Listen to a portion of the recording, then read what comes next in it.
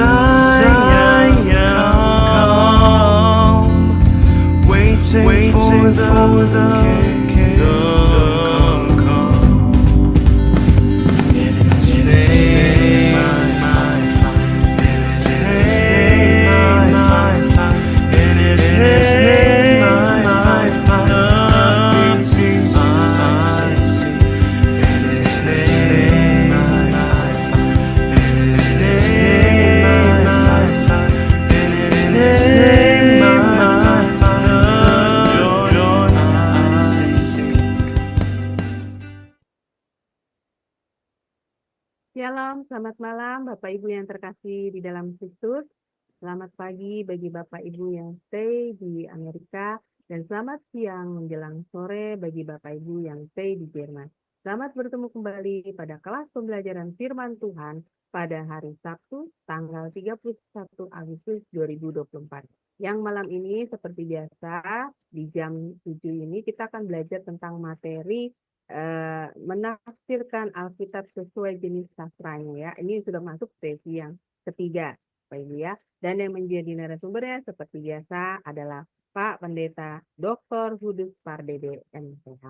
Baik Bapak Ibu sekalian, sebelum kita memulai kelas pembelajaran kita akan berdoa terlebih dahulu. Mari kita berdoa Bapak Ibu sekalian. Bapa kami yang di surga, terima kasih dan puji syukur ya Bapak. Karena sekali lagi kami masih diberi kesehatan dan juga kesempatan untuk kembali bisa belajar bersama-sama di kelas Madonna ya Bapak. Terima kasih Bapak untuk kasih kami yang kau berikan kepada kami juga selama hari ini. Dan juga ya Bapak kiranya dalam kelas pembelajaran kami ini juga selalu ada penyertaan dan bimbingannya Bapak. Dan ya Tuhan, berkatilah saya sebagai moderator yang akan memimpin kelas pembelajaran saat ini. Mampukan saya untuk bisa melakukan tugas dan kewajiban saya dengan sebaik-baiknya. Dan juga berkatilah para operator yang bekerja di belakang layar ya Tuhan, sehingga mereka juga mampu melakukan tugas dan kewajibannya juga dengan baik dan juga dengan lancar. Dan juga berkati internet kami Tuhan dan juga perangkat-perangkat yang kami pakai dalam pembelajaran kelas ini. Sehingga perangkat dan internet kami semua tidak ada kendala satupun sampai kelas pembelajaran ini selesai. Dan yang terutama ya Tuhan, berkatilah Pak Hudus yang akan menyampaikan kebenaran firman-Mu. Urapilah setiap perkataan Pak Hudus dan berikanlah hikmat yang hanya daripada-Mu Tuhan, sehingga Pak Hudus mampu menyampaikan kebenaran firman-Mu dengan baik dan benar kepada kami semua sesuai dengan kehendak hati-Mu. Dan berkatilah juga kami yang berada dalam kelas ini maupun yang mendengarkan di live YouTube ataupun nanti yang mendengarkan di live Sunda. Buka hati dan pikiran kami ya Tuhan, terangi hati dan pikiran kami dengan roh-Mu, sehingga kami mampu menangkap pengajaran yang disampaikan Pak Hudus dengan pemahaman yang baik dan benar sesuai dengan kehendak hati-Mu Tuhan. Dan juga materaikanlah firman-Mu ini di dalam hati dan pikiran kami. Jadikanlah rema Tuhan di dalam diri kami, sehingga kami mampu selalu mengingatnya, dan kami memberitakan, mengajarkannya, dan yang terutama kami mampu melakukannya ya Tuhan dalam kehidupan kami. Terima kasih Tuhan, kami serahkan kelas pembelajaran ini dari awal hingga akhir hanya di dalam pimpinan-Mu. Dan kami patahkan segala kuasa kegelapan yang akan mengganggu kelas pembelajaran kami ini dalam nama Yesus. Terima kasih Tuhan, kami panjatkan doa ini hanya dalam satu nama, yaitu Tuhan Yesus Kristus, Juru Selamat kami yang hidup. Haleluya. Amin. Baik Bapak Ibu sekalian, sekarang kita akan melihat profil dari Pak Pendeta Hudus dulu ya.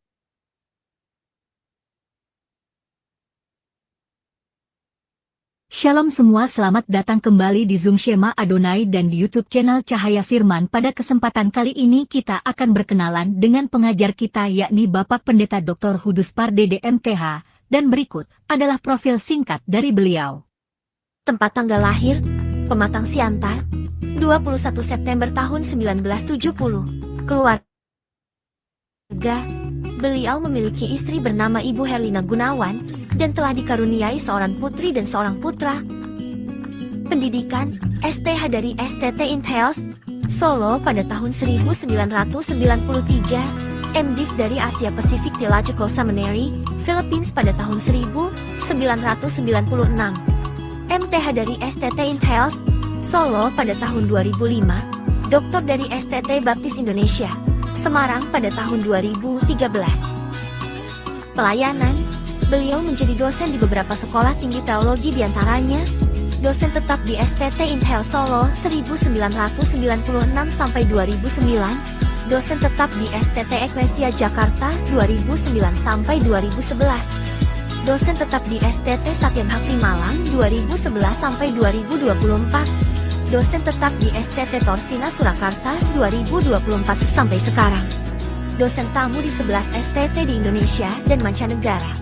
Penggembalaan, beliau juga menjadi gembala di beberapa gereja diantaranya Gembala Sidang GSJA Injil Sepenuh di Solo 1997 sampai 2009, Gembala Sidang GSJA Merdeka di Bandung 2009 sampai 2016, Gembala Sidang GSJA Tesalonika Mandarin di Batam 2021 sampai 2023. Beliau juga telah merilis sebuah buku dengan judul Bahasa Ibrani Alkitab pada tahun 2020.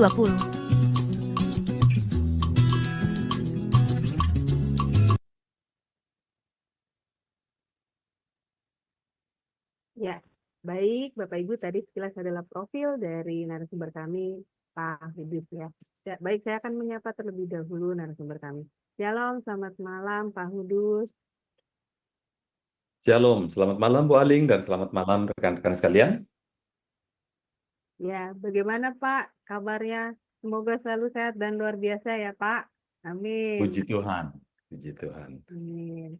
Baik Pak, saya akan segera menyerahkan waktu dan tempat kepada Bapak untuk memaparkan pembelajaran. Dipersilakan Pak. Baik, terima kasih Bu Aling. Kita akan melanjutkan pembelajaran kita dan secara khusus pada seri yang ketiga dalam topik pembelajaran mengenai menafsirkan Alkitab dengan tepat. Sekarang kita mau mencermati secara khusus bagaimana mempelajari atau menggali kebenaran Alkitab dalam konteks yang lebih khusus, yaitu sesuai dengan jenis sastranya.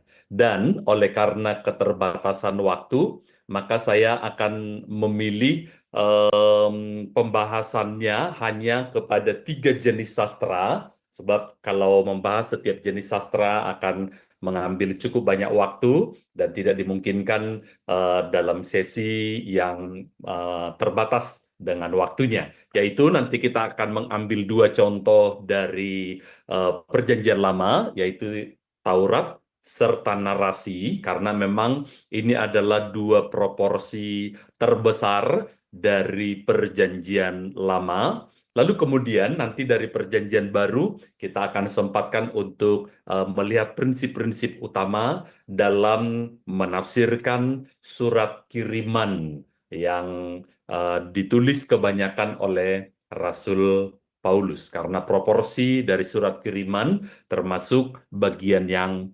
terbesar di dalam Perjanjian Baru. Mari kita akan melihat. Kita langsung memulai, oleh karena kita telah melihat materi-materi sebelumnya, memahami konteks, kemudian juga menggali, termasuk sampai kepada nanti bahasa asli bila diperlukan, dan sebagainya. Kali ini kita mau melihat bagaimana menafsirkan apabila kita membaca kitab Taurat. Nah, sejenak saya perlu menjelaskan bahwa sebenarnya setiap kali kita membaca suatu bacaan, maka kita sebenarnya sudah menentukan bahwa yang saya baca ini adalah jenis seperti ini, dan kita langsung menentukan berarti untuk membaca jenis bacaan sedemikian, caranya, teknisnya adalah seperti ini. Ketika kita membaca surat, maka kita akan membaca urut dari bagian paling awal sampai akhir, tidak melompat-lompat, tidak ada bagian yang dilewatkan, karena memang satu surat itu dianggap sebagai satu pikiran yang utuh dan berkelanjutan dari sejak apa yang diungkapkan di awal dan kemudian sampai di akhir. Dan ini ditujukan kepada dari si pengirim kepada si penerima.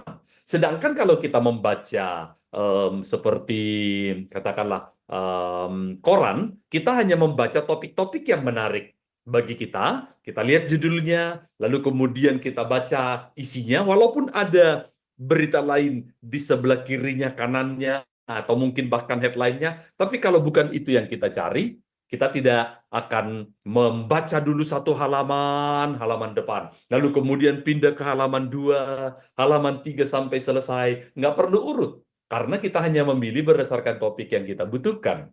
Begitu juga ketika kita membaca sebuah syair dari sebuah puisi atau mungkin lagu, maka kita tidak hanya sekedar membaca kosakata yang dipilihkan, yang menjadi liriknya kalau itu lagu, tetapi juga nadanya, melodinya, lalu kemudian jenis iramanya, tempo cepat, lambat, dan kemudian ketukan yang bagaimana dan sebagainya.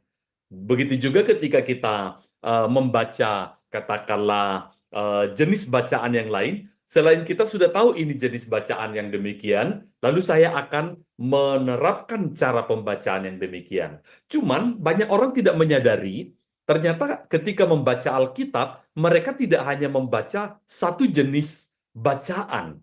Alkitab itu seperti kalau diikuti pada pertemuan yang lalu, sebenarnya seperti sebuah perpustakaan dengan beragam jenis bacaan atau bahkan buku yang kemudian nanti dibuat menjadi satu jilid yang bernama Alkitab atau 2 bagian, yaitu Perjanjian Lama, Perjanjian Baru. Maka karena jenis sastranya berbeda, membutuhkan pendekatan yang berbeda. Mari kita lihat sekilas contoh dalam bacaan kita. Kalau kita membaca Taurat, yang notabene Taurat itu ada 5 kitab, Kejadian, Keluaran, Imamat, Bilangan, dan Ulangan, maka kita harus sejenak menyadari, oke, yang saya baca ini sesungguhnya adalah sebuah kitab Taurat. Nah, kita harus memahami, kalau begitu Taurat itu apa? Nah, di sini saya sekilas mengambil beberapa pokok-pokok saja, tentu membutuhkan waktu yang akan lebih intens apabila kita nanti mencoba untuk mencermati setiap butir-butir atau pokok-pokok. Pertama, sebenarnya Taurat itu berlaku sebagai model pola, bukan daftar yang lengkap mengenai segala sesuatu yang harus dilakukan untuk berkenan kepada Allah.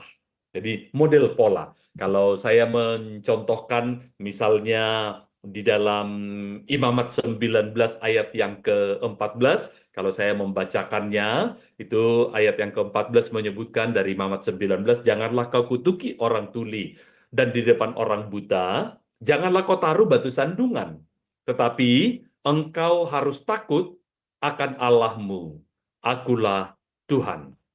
Nah, perhatikan, di dalam ayat ini ada 2 petunjuk, 2 larangan, di mana disebutkan yang pertama larangan itu jangan kau kutuki orang tuli. Lalu yang kedua, di depan orang buta, jangan kau taruh batu sandungan. Nah, mengapa 2 larangan ini diberi? Masih dilanjutkan di ayat yang sama, alasannya engkau harus takut akan Allahmu. Menarik sekali kalau kita perhatikan, hanya disebut 2 perintah untuk satu kategori, yaitu kategori bagaimana menyikapi orang yang, katakanlah maaf, menyebutkan disabilitas. Atau yang mungkin kita juga menyebut bahasa sehari-harinya, mungkin orang yang memiliki cacat tubuh. Dan hanya disebut 2, orang tuli dan orang buta. Menarik sekali lagi, kalau kita mencermati, apa yang harus dilakukan kepada mereka? Untuk orang tuli, misalnya disebutkan, jangan kau kutuki. Meskipun kita mengutuki orang ini, memang si orang tuli tidak akan bisa mendengar. Ya, namanya juga orang tuli, kan?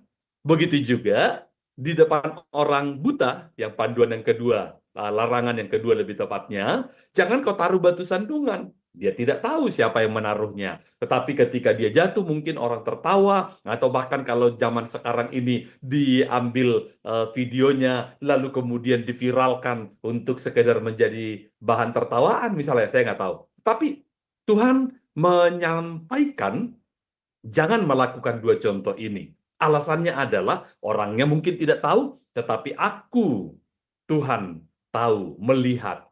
Dan untuk orang yang menyadari bahwa Tuhan hadir, bahwa Tuhan melihat, bahwa Tuhan akan berkarya dalam setiap hal, maka seharusnya dia menyikapi, mengambil tindakan sesuai dengan apa yang Tuhan kehendaki, yang berkenan kepada Tuhan. Loh, kenapa cuma dua? Apakah tidak ada perlakuan terhadap disabilitas yang lain? Kalau untuk orang lumpuh, untuk orang yang maaf misalnya sumbing, nah tidak disebutkan karena memang itu tadi, Taurat ini sebenarnya berlaku sebagai model pola untuk orang-orang disabilitas yang memiliki kekurangan kemampuan dalam kondisi fisiknya, maka cara kita itu selain tidak mencelakakan mereka, juga mungkin memfasilitasi kemudahan-kemudahan bagi mereka. Oleh karena alasannya adalah, akulah Tuhan Allahmu. Dan Allah yang begitu peduli untuk orang-orang yang berkelemahan seperti ini akan juga diteladani oleh orang-orang yang menyembahnya dengan berkata, aku juga mau menjadi atau melakukan seperti yang Tuhan lakukan. Ini model pola.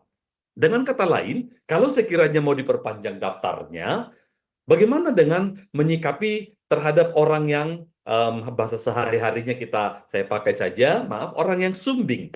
Maka perintah ini sebenarnya bisa diperluas, yaitu jangan dong membuat itu menjadi joke, meniru-niru caranya berbicara, yang notabene memang oleh karena keterbatasan secara fisik, lalu kemudian membuat itu sebagai lelucon, lucu bagi Anda tetapi menyakitkan bagi orang yang memiliki keterbatasan. Nah, di sini kemudian Tuhan memberikan sebuah perintah, alasannya adalah karena akulah Tuhan, yang akan menjadi model pola untuk kalian teladani atau ikuti. Taurat hanya menunjukkan kesetiaan Israel sebagai umat terhadap Yahweh Allahnya. Jadi artinya ada sebuah perjanjian antara Yahweh dengan umat Israel. Taurat berfungsi nantinya sebagai penuntun bagi kita sampai Kristus datang. Jadi kalau kita juga melihat misalnya panduan mengenai sistem korban binatang yang dipersembahkan dengan prosedural yang diatur sedemikian cermat, dan bagaimana juga orang-orang yang melayani di bait Allah atau di kemah pertemuan, tabernakel, itu juga harus menjaga kehidupan, perilaku, sikap, perbuatan, perkataan, dan sebagainya. Itu karena sebenarnya ini sedang berbicara untuk sesuatu yang pada waktu itu memang belum sepenuhnya tergenapi, tetapi sampai kepada Kristus datang, maka ini sebenarnya sedang menuntun ke sana. Taurat Perjanjian Lama itu menjadi latar belakang yang hidup untuk karya penebusan Kristus. Jadi kalau kita mempelajari misalnya tentang korban, kita yang berdosa, kok hewan yang dikorbankan? Bukankah adilnya adalah kalau saya yang berdosa, saya yang dikorbankan? Tetapi ini menjadi sebuah landasan, sebuah contoh pola tadi, model, bahwa seperti itulah Allah kelak memperlakukan orang-orang yang berdosa. Memang betul kita yang berdosa, tetapi kemudian hukuman telah ditanggung oleh Kristus agar kita menjadi merdeka bagi kita yang ada di dalam Kristus. Jadi semua ini seperti membangun sesuatu yang nantinya akan menjadi lebih jelas, penuh, utuh pada waktu seseorang sudah ada di dalam era perjanjian baru dalam penggenapan oleh Yesus Kristus. Nah, karena kita memahami lebih dahulu bahwa Taurat ini sebenarnya adalah kontrak, kalau boleh memakai kata itu, istilah yang agak mendekati walaupun tidak sepenuhnya tepat, yang disebut covenant atau bahasa Ibraninya berit, maka kita perlu pertama-tama memahami dulu perjanjian antara dua pihak ini, Yahweh dengan Israel.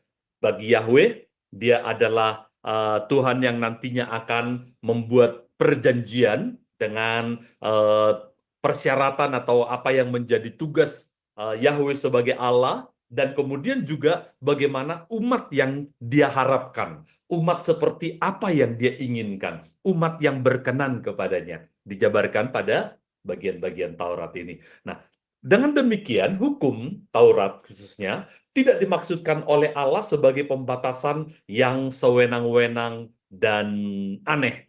Misalnya, ketika kita melihat apa yang disebutkan dalam Imamat 17 ayat yang Imamat 11 maksud saya, Imamat 11 ayat yang ke-7, misalnya saya bacakan saja ayatnya, demikian juga babi hutan karena memang berkuku belah, yaitu kukunya bersela panjang, tetapi tidak memamah biak, haram itu bagimu.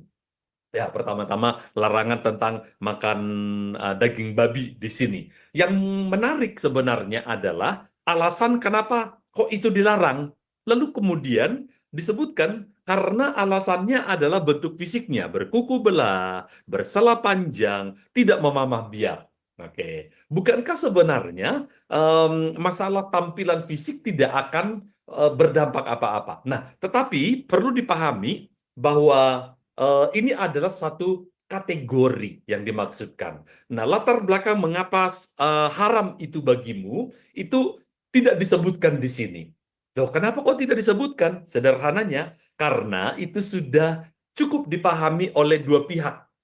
Nah, jadi kalau kalian misalnya berkomunikasi atau membuat janjian dengan seseorang di mana sudah ada saling pengertian, lalu kemudian pencet nomornya, hubungi dia, jangan lupa ya besok ya. Ya, tentu tidak perlu memberi penjelasan besok itu maksudnya apa, jamnya atau tempatnya, lalu kenapa kita masih harus ketemu besok dan sebagainya. Kalau sudah ada konteks namanya, di mana sudah ada percakapan sebelumnya, di mana sudah ada saling pengertian bahwa sebelumnya dia meminjam barang milik saya, lalu kemudian sudah janjian akan mengembalikan besok dan mengembalikannya itu di tempat di mana saya sambil ditraktir makan misalnya, maka jangan lupa besok ya. Itu kalimat yang betul-betul singkat, tetapi itu sudah memiliki muatan, yaitu kapan, di mana, kenapa, dan kemudian bagaimana caranya, dan apa yang harus dia bawa, waktunya, karena sudah ada percakapan sebelumnya, tanpa menyebutkan apapun. Oh iya, ya, besok ya, aku akan mampir dulu sebentar ke mana, lalu saya akan langsung ke sana.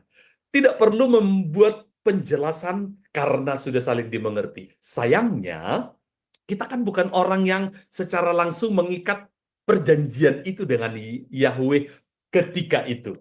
Sehingga bagi kita perlu untuk memahami apa sih yang sebenarnya sedang mereka sepakati. Nah, di sini berarti kita kembali kepada sebuah panduan. Saya contohkan satu ayat juga yang saya sebutkan di sana, Imamat 19 ayat yang ke-19.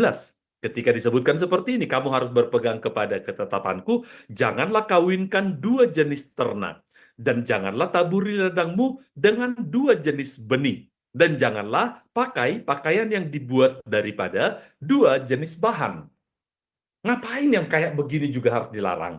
Oke, sekali lagi saya hanya mencontohkan tanpa memberi penjelasan karena terlalu banyak contoh kasus yang nantinya barangkali akan mengambil lebih banyak waktu. Tetapi kita bisa mengerti kalau kita mungkin kembali kepada hidup konteks atau juga mungkin termasuk teknologi atau budaya pada waktu itu. Kita lihat contohnya, misal tadi disebutkan memakai pakaian dengan dua jenis bahan. Kalau saya contohkan bahan yang paling umum digunakan pada waktu itu, pertama adalah mungkin berbahan kulit, lalu yang satu lagi berbahan mungkin kain.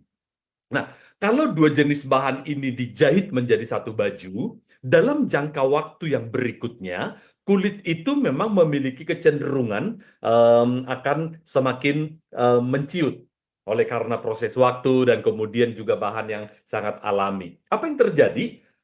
Karena ini mengerut, maka itu akan mengoyakkan kain. Apalagi teknologi seperti menjahit atau apa belum semodern sekarang, maka yang mengecil ini akan mengoyakkan, merobek bahan kain. Dan ini akan menjadi sesuatu yang justru akan sangat merugikan, atau bukan seperti anak-anak muda sekarang yang malah makin senang pakai celana yang robek-robek. malah itu dianggap lebih ngetren daripada pakaian yang dalam versi saya sejak kecil sampai umur sekarang ini justru harus rapi. Ketika anak muda sekarang makin robek, makin mahal, tapi makin disukai. Berbeda sekali karena konsep budaya, era. Nah, itu adalah sebuah contoh yang saya sedang berikan, atau dua jenis benih dalam satu ladang. Itu bukan sebenarnya larangan yang asal-asalan. Ada praktik-praktik agama kafir ketika itu dengan maksud mengawinkan dua jenis tanaman agar nanti mendatangkan berkah ilahi atau leluhur yang akan membuat tanah menjadi subur, curah hujan, panen yang melimpah, dan sebagainya. Nah, yang dilarang itu sebenarnya bukan sekedar menanamnya, tetapi apa maksud dari sebuah tindakan pada waktu itu. Taurat PL menunjukkan perhatian Allah yang menyeluruh. Dia peduli bukan hanya rohani dari umatnya, tetapi juga jiwanya dan kemudian juga jasmaninya. Termasuk juga tentu menjadi sebuah kesaksian, kita memakai istilah kesan citra dari umat Tuhan kepada orang-orang yang belum mengenal. Karena umat Israel ini akan menjadi semacam pilot project, menjadi seperti prototipe untuk bangsa-bangsa akan melihat, ternyata asik banget ya kalau orang Israel itu mereka akan melihat contoh-contoh yang unggul, yang luar biasa, excellent, dan mereka kalau bertanya kepada orang Israel, mereka akan berkata itu karena kami punya Yahweh yang begitu peduli secara menyeluruh dalam kehidupan kami. Makanya ada ayat yang berkata, berbahagialah bangsa yang Allahnya adalah Yahweh. Begitu. Keadilan, kasih, serta norma-norma yang tinggi dari Allah dinyatakan dalam Taurat, namun rahmat Allah sepadan dengan ketegasan kaidah-kaidah itu. Jangan sampai kita menyimpulkan terlalu dini dengan mengatakan bahwa Allah di PL itu adalah Allah pemurka, pemarah, gampang tersinggungan, sedikit-sedikit langsung menjatuhkan hukuman, memberikan bencana, apalagi yang kena konsekuensinya bukan cuma yang bersalah, tapi satu bangsa, satu kaum, satu marga, atau satu suku, dan sebagainya. Oke, perlu dipahami hal-hal yang mungkin berbeda dengan cara kita memahami, karena kita mungkin cenderung makin ke arah individualistis. Sementara masyarakat pada waktu itu, termasuk masyarakat Israel, itu cenderung bersifat kolektif. Pemimpin bisa mengambil keputusan mewakili keseluruhan orang-orang yang ada di dalam kaumnya, dan kaumnya tidak akan mempertanyakan itu karena mereka meyakini pemimpinnya itu adalah seorang yang punya hikmat, punya kebijaksanaan, telah punya pertimbangan yang matang, memadai untuk kemudian mengambil keputusan itu bagi seluruh suku atau kaumnya. Sehingga kita bisa melihat contoh-contoh kolektivitas, termasuk ketika satu orang seperti seorang yang bernama Akhan itu mencuri barang rampasan padahal dilarang oleh Yosua pada zamannya di kitab Yosua, dan yang kena hukum pada waktu itu adalah seluruh bangsa Israel yang mengalami kekalahan terhadap satu kota atau kampung kecil bernama Ai. Dan itu yang akan membuat mereka menjadi kecewa. Kita bisa menang melawan Yeriko, tapi kalah melawan satu kampung kecil. Dan itu ternyata adalah sebuah petunjuk yang kemudian menyatakan bahwa ternyata itu adalah Allah tidak menghendaki adanya dosa sekecil apapun, pelanggaran yang menunjukkan ketidakpedulian atau ketidaksungguhan dalam mengikut Tuhan sepenuh hati dengan mengikuti perintah-perintahnya. Sampai nanti akhirnya mengerucutlah kepada pelaku dan seluruh keluarga yang mengalami hukuman itu. Nah, jadi ada norma-norma tertentu yang mungkin berbeda, namun tetap ada hal-hal yang berlanjut bersamaan dengan ada mungkin tuntutan yang tinggi, tetapi rahmat Allah juga berlangsung tidak kalah besarnya, tidak kalah melimpahnya. Pemazmur misalnya pernah berkata, murkanya berlangsung sepanjang malam, tetapi kasih setianya untuk selama-lamanya. Bayangkan, Tuhan memang bisa murka dan pernah murka beberapa kali dicatat, namun itu hanya berlangsung satu malam. Kasih setianya lah yang untuk selama-lamanya. Bukankah sebenarnya itu juga adalah Allah di Perjanjian Baru? Taurat tidak menyelamatkan orang Israel, tetapi oleh kasih karunia Allah lah mereka diselamatkan. Jadi pola keselamatan baik di PL maupun di PB sebenarnya tidak berbeda dalam natur atau alasan esensial atau filosofinya. Mungkin berbeda di dalam teknik, cara, bahasa, atau analogi, ilustrasi, atau apapun mungkin dalam keragaman. Tetapi landasannya dia adalah Allah yang penuh kasih karunia, memberi karunia yang memungkinkan umatnya menjadi selamat. Nah, kalau demikian, bagaimana kita mau menerapkan Taurat? Kalau kita mengambil atau membaca sebuah cuplikan atau ayat atau perikop dari Perjanjian Lama seperti yang saya contohkan, beberapa ayat yang walaupun tidak menambah contoh lagi supaya nanti waktu kita cukup untuk melihat 3 model. Pertama, Taurat Perjanjian Lama adalah firman Allah bagi kita, meskipun bukan lagi sebagai perintah langsung bagi kita. Loh, kok ada perbedaan antara firman Allah dengan perintah atau perintah langsung? Ya, kalau di dalam Taurat diberi perintah ketika kamu membangun rumahmu, pasanglah atau taruhlah pagar di sekeliling sotoh rumah. Tahu sotoh rumah itu bagian atas rumah. Dan ini aneh, pagar di Indonesia, kalaupun mau dipasang, itu selalu dipasangnya di pekarangan. Membatasi antara jalan yang milik publik dengan pekarangan yang sudah dianggap properti pribadi. Nah, disitulah ditaruh pagar, begitu kan? Tetapi di dalam Taurat yang diperintahkan membangun pagar itu bukannya di halaman, tetapi di sotoh rumah, bagian atas.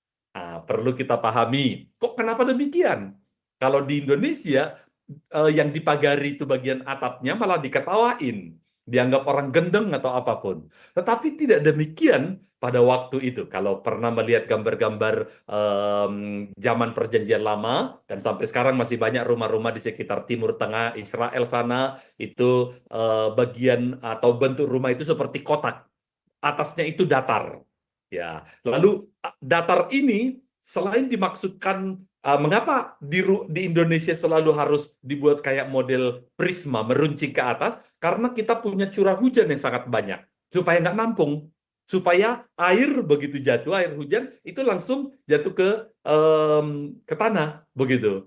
Tapi di sana curah hujan sedikit. Justru bagian atap atau atas yang datar ini itu berguna kadang-kadang untuk menjemur hasil bumi, atau juga kadang-kadang untuk tempat santai pada waktu sore. Anak-anak bermain. Betapa berbahayanya kalau atap yang datar ini tidak dipagari. Anak-anak atau orang yang beraktivitas di sana bisa berpotensi jatuh celaka mati. Allah kita, Allah yang di dalam Perjanjian Lama, itu peduli bukan hanya soal yang penting selamat masuk surga. Enggak.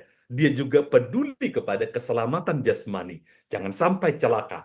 Jadi safety first, utamakan keselamatan. Itu semangatnya sudah ada di Perjanjian Lama. Allah peduli juga kepada keselamatan kerja, keselamatan, kenyamanan, dan penghindaran dari kecelakaan kerja seoptimal mungkin harus diupayakan. Nah, di sini kita bisa melihat memang sekarang kita tidak diperintahkan membangun pagar di sotoh rumah. Tetapi sebenarnya spiritnya adalah sama seperti Allah peduli kepada keselamatan umatnya secara fisik juga, dan menghindarkan atau memberi perintah untuk menghindarkan kemungkinan celaka, meminimalkan terjadinya kondisi-kondisi yang mencelakakan umatnya secara fisik. Bukankah kita juga orang-orang yang harusnya peduli dengan mengenakan apa? Helm waktu membawa kendaraan, atau mengenakan sabuk pengaman, karena Allah juga peduli untuk hal seperti itu. Jadi bukan karena peduli nanti kena tilang, ketemu polisi waktu razia. Spiritnya bukan karena ada polisi, tetapi karena akulah Tuhan Allahmu yang peduli secara holistik dan kalian pun harus memiliki spirit yang sama sepertiku. Begitulah sebenarnya memahami Taurat. Taurat adalah perjanjian lama. Taurat perjanjian lama adalah dasar perjanjian baru bagi umat Israel dan tidak lagi mengikat orang Kristen pada masa perjanjian baru kecuali hal itu diulang atau ditegaskan secara khusus. Jadi, kalaupun kita membaca ada panduan-panduan yang sepertinya memang tidak sepenuhnya tepat atau pas untuk diterapkan sekarang, pasti itu di area-area yang pertama adalah seremonial atau juga ritual. Korban membawa binatang, bayangkan kalau kita harus bawa korban binatang ke gereja. Kayak apa gereja nanti berisiknya, belum lagi maaf kotorannya, belum lagi mungkin kalau darahnya harus disembeli, darahnya dipercikin di mimbar. Waduh, betapa mengerikannya tampilan mimbar gereja karena darah yang numpuk sekian banyak, sekian ini belum lagi aromanya dan segala macamnya. Tetapi kan ini bukan perintah langsung lagi, karena memang ini tidak lagi mengikat dalam pengertian seremonial, ritual, lalu kemudian juga mungkin area-area yang bersifat kultural, hukum-hukum sipil atau legal, seperti aturan memperlakukan budak. Sekarang kan tidak ada perbudakan dalam pengertian secara konstitusional, atau juga bagaimana mengatur membangun sistem perdagangan, ada juga diatur dalam bagian-bagian tertentu dengan nilai-nilai moral yang selalu sama. Jadi kalau bagian moral itu konsisten, perjanjian lama, perjanjian baru, hidup seperti apa nilai-nilai atau keteladanan moral Allah, dan itulah juga yang akan ditiru oleh umatnya. Kalau moral itu berkesinambungan, 10 perintah Allah itu sebabnya masih diteguhkan di perjanjian baru. 2 hukum paling utama itu tidak pernah bergeser. Yesus sendiri meneguhkan, kasihilah Tuhan Allahmu dengan segenap hati, jiwa, kekuatan, akal budimu, dan yang kedua setara dengan itu, kasihilah sama manusia seperti dirimu sendiri. Itu nilai-nilai moral tidak bergeser. Tetapi nilai-nilai baik teknikal, seremonial, kultural, lalu kemudian juga nilai-nilai yang mewakili area-area sipil konstitusional. Ada perkembangan dalam cara memahami dan mempraktikkan, tapi dengan nilai moral yang sama. Oke, kemudian kita bisa melihat inti Taurat tetap berlangsung, tetap dibaharui, budaya, pola ibadah, struktur kepemimpinan, kemasyarakatan, dan sebagainya, itu memang tetap menunjukkan atau merefleksikan nilai-nilai yang Tuhan mau bagi umatnya, tetapi tidak lagi berupa perintah langsung. Begitulah kita memahami Taurat. Nanti kalau ada pertanyaan atau contoh boleh nanti ditanyakan. Taurat Perjanjian Lama tidak dimaksudkan sebagai daftar lengkap, tetapi dilihat sebagai model pola, memberi contoh-contoh untuk seluruh perilaku yang juga memiliki relevansi ke masa kini. Tadi saya contohkan kan dari imamat, bagaimana Tuhan memberi perintah memperlakukan atau larangan memperlakukan orang buta dan orang tuli. Kenapa cuma 2? Sederhana, karena 2 ini sebenarnya hanya model, contoh. Tidak dimaksudkan karena kalau daftarnya menjadi begitu panjang, maka setiap keterbatasan atau setiap petunjuk membuat ini menjadi daftar hukum yang menjadi begitu detail, tetapi kemudian segera tertinggal zaman dan kehilangan spiritnya. Karena spiritnya bukanlah ketepatan, keakuratan, dan ketaatan yang bersifat legalistik, tetapi lebih kepada spirit, mengetahui seperti apa hati, kasih Bapa, dan karunia yang ada di dalam Tauratnya. Dan spirit itulah yang harus dipertahankan. Maka kalaupun dalam contoh kasus yang berbeda, kalaupun dalam perkembangan, misalnya kita mengingat perintah kuduskan hari Sabat, 6 hari lamanya engkau bekerja, tapi pada hari yang ke-7 haruslah engkau beristirahat. Dulu kalau di zaman mereka masyarakat yang agrikultural atau pertanian, tidak terlalu sulit untuk membuat pemisahan yang mana yang dimaksud bekerja dan tidak. Ya, pada 6 hari bekerja, boleh ke ladang kalau beternak atau mengurusi pekerjaan harian itu, tapi khusus pada hari ke-7, jangan melakukan tugas itu. Tapi, bagaimana dengan misalnya pekerjaan seorang katakanlah polisi atau tentara, kalau mereka tidak boleh bekerja pada hari Sabat, maka maling, pencopet akan berpesta pora karena mereka polisi, tentara misalnya semua pada tidur. Atau kalau mau menyerang satu bangsa, satu kota atau apapun, maka seranglah pada hari Sabat karena tentaranya tidak boleh bekerja, mengangkat senjata dan sebagainya. Ketika dulu saya pernah punya lahan kecil di depan rumah, tetangga saya kalau melihat saya sedang mencangkul-cangkul nanam-nanam, walaupun itu cuma tanaman ya mungkin bunga atau apa gitu, Pak lagi kerja ya Pak? Saya bilang enggak Pak, saya lagi santai gitu. Pada waktu yang berbeda dia melihat saya sedang membaca buku. Pak, lagi santai ya? Oh enggak Pak, saya lagi kerja. Dia sering bingung. Ketika saya mencangkol, saya nggak mau dibilang itu bekerja, itu lagi santai. Ketika saya sedang membaca, dan dia bilang saya lagi santai, yang saya bilang enggak, saya lagi bekerja. Kenapa? Karena dia petani. Dia pikir kalau mencangkol, nah itulah bekerja. Tapi kalau membaca, baca koran, majalah atau apa, buat dia itu adalah santai. Tapi bagi seorang dosen seperti saya, maka membaca adalah bagian pekerjaan. Dan mencangkol adalah bagian kegiatan santai. Lalu yang mana yang mau dilarang? Dilarang membaca, mencangkol, dan sebagainya. Berarti nanti daftar itu akan terus bertambah. Bertambah lagi pekerjaan, berkembang lagi budaya, nambah lagi pasal-pasalnya. Itulah yang kemudian terjadi sampai ke zaman Yesus. Makanya Yesus mau kembali kepada spiritnya. Oke, yang keempat, Taurat PL adalah sebagai karunia bagi orang Israel yang membawa berkat bila ditaati, tetapi bukan peraturan yang sewenang-wenang yang membatasi kebebasan orang. Jadi jangan sampai ada kesan, aduh Tuhan itu kok suka ngatur yang begini nggak boleh, itu nggak boleh, dan sebagainya. Baik, kita lanjut sebuah contoh yang berikut, yaitu bagaimana dengan narasi. Itu kan tadi adalah jenis yang Taurat. Bagaimana kalau kita membaca narasi? Tahu narasi itu adalah cerita, dan ini adalah bagian terbesar di dalam Perjanjian Lama.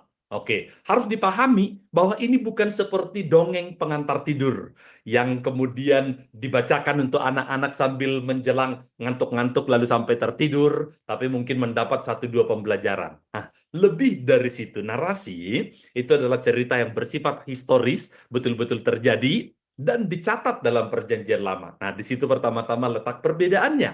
Dan mengapa itu dicatat? Karena narasi PL ini memberitahukan hal yang terjadi dengan tujuan menunjukkan Allah yang sedang bekerja dalam ciptaannya dan di antara umatnya. Jadi, ini bukan sekedar cerita untuk mendapatkan 1-2 pelajaran karakter atau moral atau nasihat. Ya, walaupun itu bisa ada, tetapi jauh lebih utama adalah karena memang narasi Perjanjian Lama ini menceritakan baik langsung eksplisit maupun tidak langsung implisit, baik tersurat maupun tersirat, Allah yang sedang bekerja, Allah yang berbaur, Allah yang turut hadir dalam kebutuhan pergumulan umatnya. Dia bukan sekedar pencipta setelah diciptakan lalu dia tinggalkan, tetapi dia Allah yang terus terlibat dalam kehidupan umatnya. Nah, narasi mempunyai alur cerita dan tokoh-tokoh, yang mana tokoh dan pemeran utamanya bukan Simpson, bukan Daud, bukan Gideon, bukan Samuel dan sebagainya, tapi tokoh utamanya adalah Allah sendiri. Ini nanti akan membuat kita membaca ulang kisah-kisah seolah-olah bukan lagi seperti kadang-kadang gagasan tertentu mengglorifikasi, mengidolakan, menampilkan, memunculkan tokoh yang begitu hebat, begitu hebring, tetapi sebenarnya kalaupun ada tokoh utama dalam kisah itu sebenarnya adalah Allah. Allah yang turut bekerja, yang tidak membiarkan proses peristiwa-peristiwa baik dalam sejarah maupun juga dalam hidup kita sampai di 2024 ini terjadi tanpa alur, tanpa ada kendali, tanpa ada arah yang jelas. Dia adalah Allah yang selalu hadir dalam sejarah. Nah, ini yang harus kita pahami. Kemudian narasi perjanjian lama bukan hanya cerita tentang orang-orang yang hidup di masa PL, namun terutama tentang apa yang Allah lakukan kepada orang itu dan melalui orang-orang itu. Sekali lagi, pada akhirnya kita bisa melihat apa yang Allah lakukan. Sehingga salahlah ketika akhirnya kita menyimpulkan misalnya Simpson itu adalah orang hebat. Selama rambutnya masih terpelihara panjang, maka kekuatannya akan menjadi begitu besar. Nah, perhatikan, berarti hebatnya ada pada diri Simpson atau lebih spesifiknya ada pada rambutnya. Padahal kalau kita membaca dengan lebih cermat, Simpson sebenarnya tetaplah manusia biasa. Dia baru mampu melakukan sesuatu peristiwa-peristiwa perkara-perkara besar. Perhatikan nanti di sana disebutkan, maka berkuasalah roh Tuhan atas Simpson. Berkuasalah roh Tuhan, barulah dia melakukan sesuatu yang hebat. Kalau tidak ada berkuasalah roh Tuhan, maka Simpson sebenarnya tidak berbeda dengan Anda dan saya. Rambut boleh sama panjang, bahkan mungkin dia memang dicatat tidak memotong rambutnya oleh karena ada pertanda bahwa dia nazir Allah yang dinazarkan untuk dipersembahkan khusus untuk Tuhan, tetapi kekuatannya bukan pada rambutnya. Kekuatannya ada pada relasinya dengan Tuhan. Dan terbukti ketika relasinya dengan Tuhan itu merenggang, maka dia justru menjadi begitu lemah. Bahkan dia bisa menang terhadap pahlawan-pahlawan hebat di Filistin, tetapi kalah oleh satu perempuan. Kok bisa kalah dengan satu perempuan? Oleh karena komitmennya dengan Tuhan melemah, dan dia tidak memiliki kewaspadaan, tidak memiliki panduan tuntunan, dan tidak memiliki kemampuan untuk menolak hawa nafsu, karena Allah telah menjauh dalam relasinya. Nah, begitulah membaca narasi ini. Narasi PL bukan alegori, arti-arti rohani yang dipaksain. Daud misalnya membawa 5 batu melawan Goliat. Tahukah saudara-saudara, kata seorang pengkhotbah, 5 batu itu, batu pertama itu adalah batu iman. Jemaat memang berkata bisa amin, haleluya. Batu kedua itulah doa. Batu ketiga itu adalah persepuluhan. Misalnya aja, saya menambahkan apapun yang keempat, kelima, Anda bisa buat daftar sendiri. Tapi sebenarnya arti 5 batu itu nggak bisa diartikan secara rohani. Batu pertama apa batu? Karena kalau Daud sekiranya diwawancara, kamu pakai batu yang mana di antara yang 5 ini?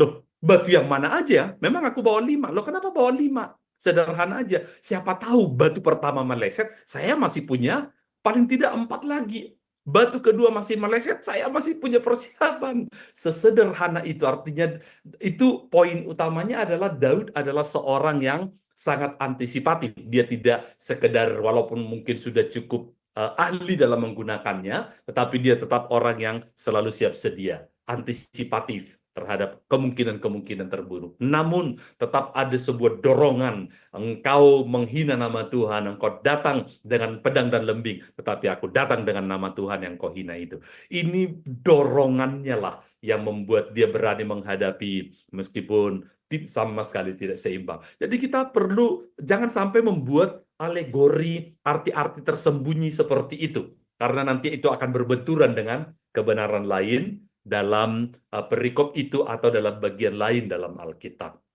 Meskipun fokus narasi terbatas hanya memberi satu bagian dari keseluruhan gambar tentang apa yang Allah lakukan dalam sejarah, dibutuhkan nanti pemahaman yang lebih utuh.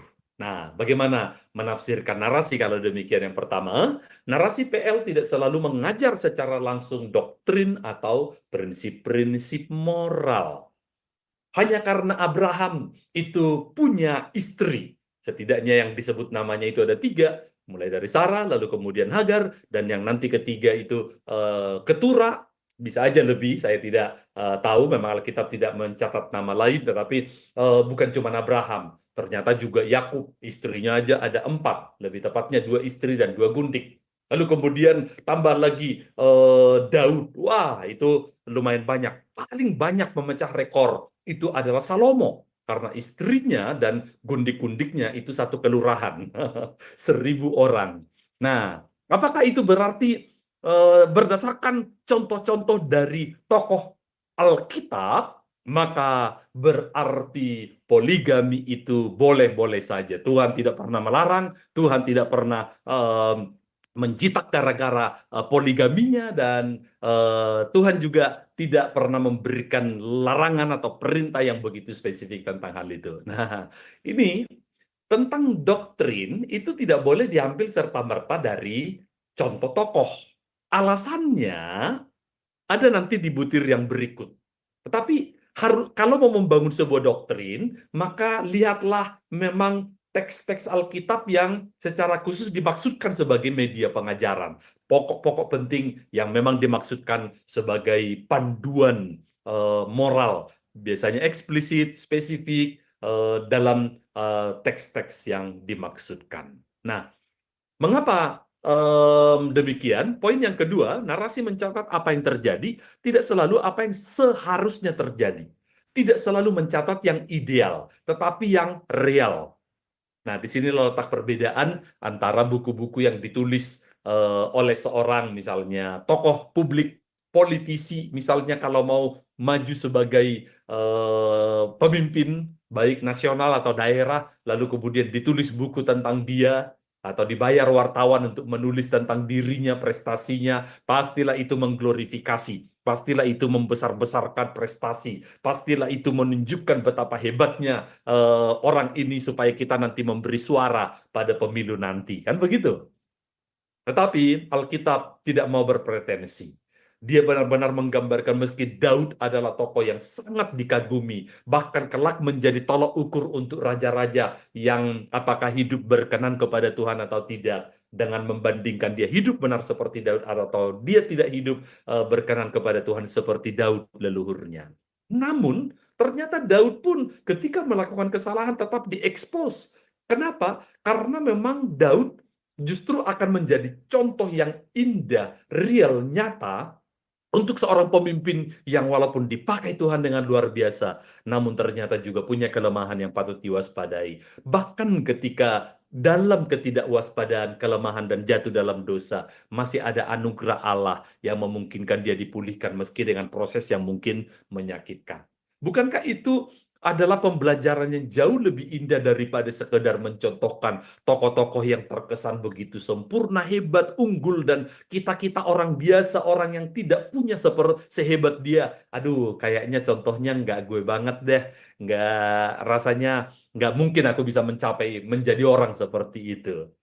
Tapi kalau yang dicontohkan adalah orang-orang baik dengan keterbatasan kelemahannya dan pernah gagal dan salah, walaupun juga ternyata dia punya keunggulan dan kemudian Tuhan mengangkatnya, maka kita bisa berkata, ternyata aku juga bisa seperti itu. Pembelajarannya menjadi real, bukan sekedar sesuatu yang bersifat ideal dalam pikiran, tapi tidak real dalam kenyataan. Narasi bisa mengajar secara eksplisit atau implisit. Nah, tentu untuk yang implisit harus dibuktikan atau diteguhkan dengan bagian-bagian lainnya. Apa yang dilakukan tokoh dalam narasi PL tidak selalu menjadi contoh yang baik. Nah, disinilah yang saya sebutkan tadi. Maka hanya karena ada beberapa tokoh yang poligami dan ternyata juga masuk surga. Abraham kan jelas ada di surga. Cerita Lazarus dan Abraham itu, Lazarus ada di pangkuan Abraham, sementara si orang kaya di tempat penyiksaan. Atau juga kalau kita selalu melihat bagaimana Rasul Paulus suka mengambil figur Abraham yang dibenarkan oleh karena iman sebagai model orang percaya keturunan Abraham, bukan secara biologis, tetapi secara rohani. Saya sangat-sangat yakin Abraham ada di surga. Ya, maka kalau nanti sudah sampai di surga, saya akan cari Abraham juga. Kalau Anda belum yakin bahwa akan ke surga, pastikan Anda sudah memiliki Yesus supaya memiliki jaminan untuk ada di sana dan ketemu juga dengan Abraham selain dengan Yesus. Nah, yang saya maksudkan adalah begini, hanya karena Abraham poligami tapi masuk surga, berarti nggak masalah dong poligami, toh masuk surga juga, amin saudara-saudara, enak aja. Amin, amin. Nggak tahu bahwa sebenarnya poligami itu termasuk adalah satu area kelemahan dan punya dampak sejarah yang sangat panjang. Bahkan sampai sekarang bangsa yang berantem di Timur Tengah ini pastilah gara-gara poligaminya Abraham. Sekiranya waktu itu Abraham tidak poligami, mungkin Timur Tengah sana itu sudah lebih damai. Namun kita hanya mau mengatakan jangan mengambil serta-merta karena narasi PL itu tidak selalu memberi contoh yang sempurna, tetapi bisa contoh-contoh yang menjadi satu pembelajaran, termasuk pembelajaran yang buruk. Narasi bersifat selektif dan tidak lengkap, hanya mencatat apa yang dianggap penulisnya penting. Misalnya dia tidak menjabarkan bagaimana Allah melakukan maksud atau rencananya secara utuh. Bagaimana Allah melakukan mujizat secara ilmiah atau menurut penjelasan-penjelasan teknis. Enggak. Penekanan utamanya adalah Allah yang melakukannya dan inilah yang menyebabkan hasilnya dan kita bisa mengambil sebuah pembelajaran bagi kita di kondisi yang mungkin mirip atau dalam pergumulan yang seperti dialami umat Tuhan pada waktu itu. Jadi penjelasan kok bisa demikian? Bagaimana orang yang buta sejak lahir? Lalu kemudian ini, apakah bola matanya diciptakan ulang? Berarti sebelumnya kopong, lalu kemudian tiba-tiba berisi? Atau kita tidak terlalu, penulis Alkitab tidak terlalu peduli atau mencermati kepada soal prosesnya. Apalagi banyak diantaranya juga bersifat mungkin misteri ilahi. Namun yang paling utama adalah apa yang terjadi sebelumnya. Mengapa ini terjadi? Yaitu karena karya Allah, dan setelah Allah berkarya, apa hasilnya? Jadi, itu jauh lebih penting daripada bagaimana caranya kok itu bisa terjadi. Dan tidak selalu diberitahukan pada akhir narasi bahwa apa yang terjadi itu baik atau buruk.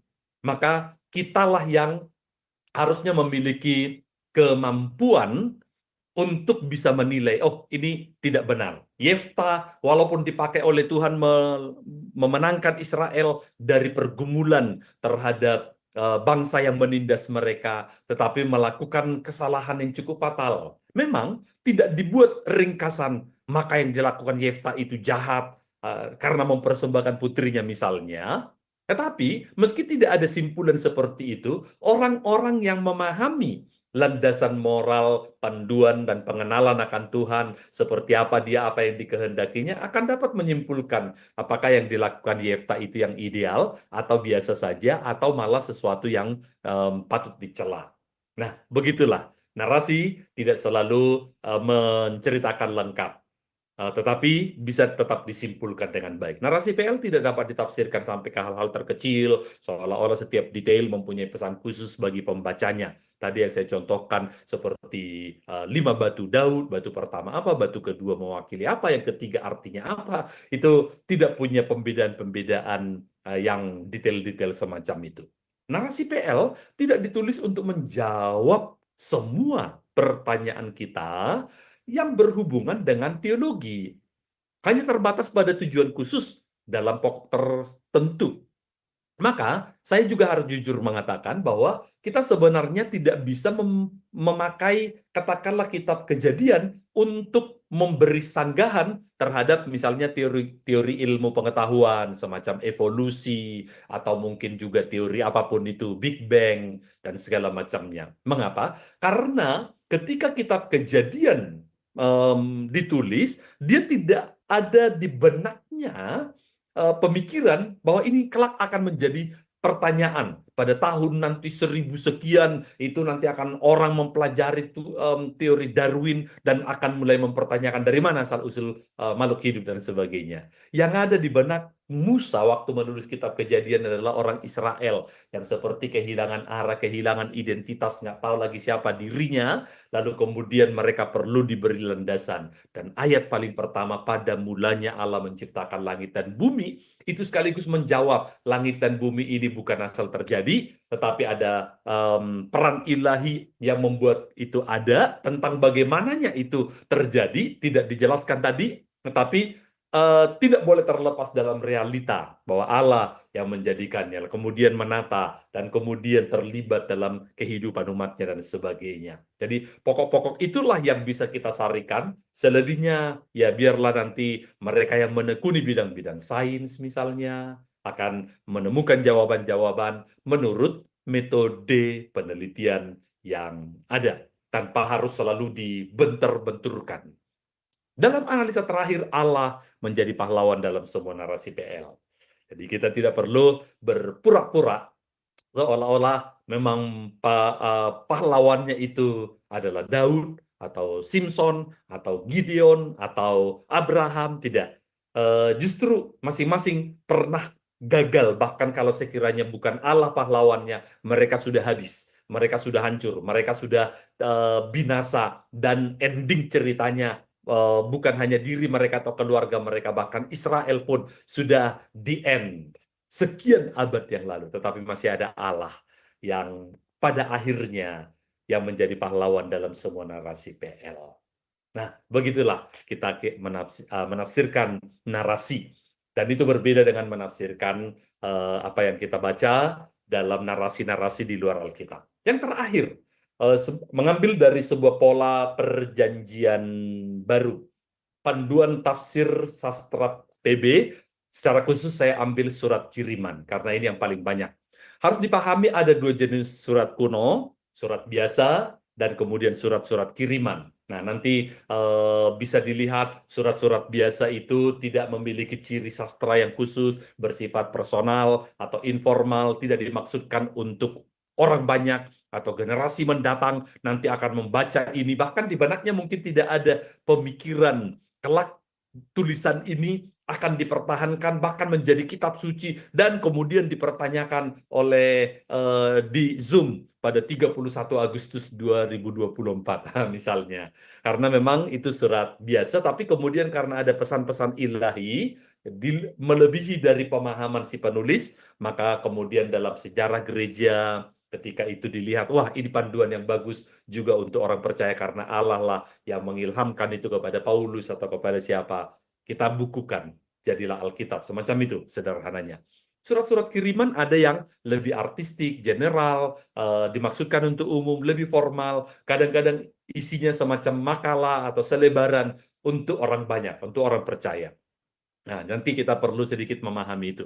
Format umum surat-surat kuno itu dimulai dengan nama penulis dari Rasul Paulus, kemudian nama penerima kepada jemaat atau orang-orang percaya yang ada di Korintus atau Galatia, atau mungkin Filipi dan sebagainya. Lalu salam pembukaan, damai sejahtera Allah dengan doa harapan, atau aku mengucap syukur oleh karena kamu tetap terpelihara oleh anugerah Allah dan sebagainya. Barulah kemudian dilanjutkan dengan isinya.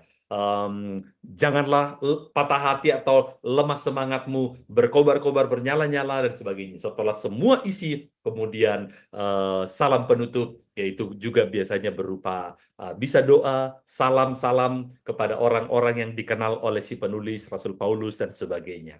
Oke, jadi itu adalah pola yang sangat umum ada di antara surat juga yang nanti kita baca dari Roma sampai kemudian nanti kepada tulisan-tulisan Paulus yang lain. Ada sifat tak berkala, di mana ditulis karena suatu peristiwa khusus yang terjadi pada masa itu, yaitu pada abad pertama. Pada jemaat penerimanya, atau pada orang pribadi yang menjadi si alamat, si penerima surat itu. Dan relasi itu penting sekali untuk kita pahami, agar nantinya bisa kita terapkan dalam hal mana atau di bagian mana terapan ini bisa kita munculkan. Kemudian ada teologi tugas, saya menaruh dalam tanda kutip, di mana surat-surat ini bukan paper teologis atau ringkasan teologi si penulis, tetapi yang tersurat dan tersirat di dalamnya berupa tanggapan terhadap persoalan teologi yang timbul untuk memenuhi kebutuhan tertentu. Oke, saya mau mencontohkan satu teks Alkitab. Kalau dilihat misalnya saya mengutip saja dulu 1 Timotius 4.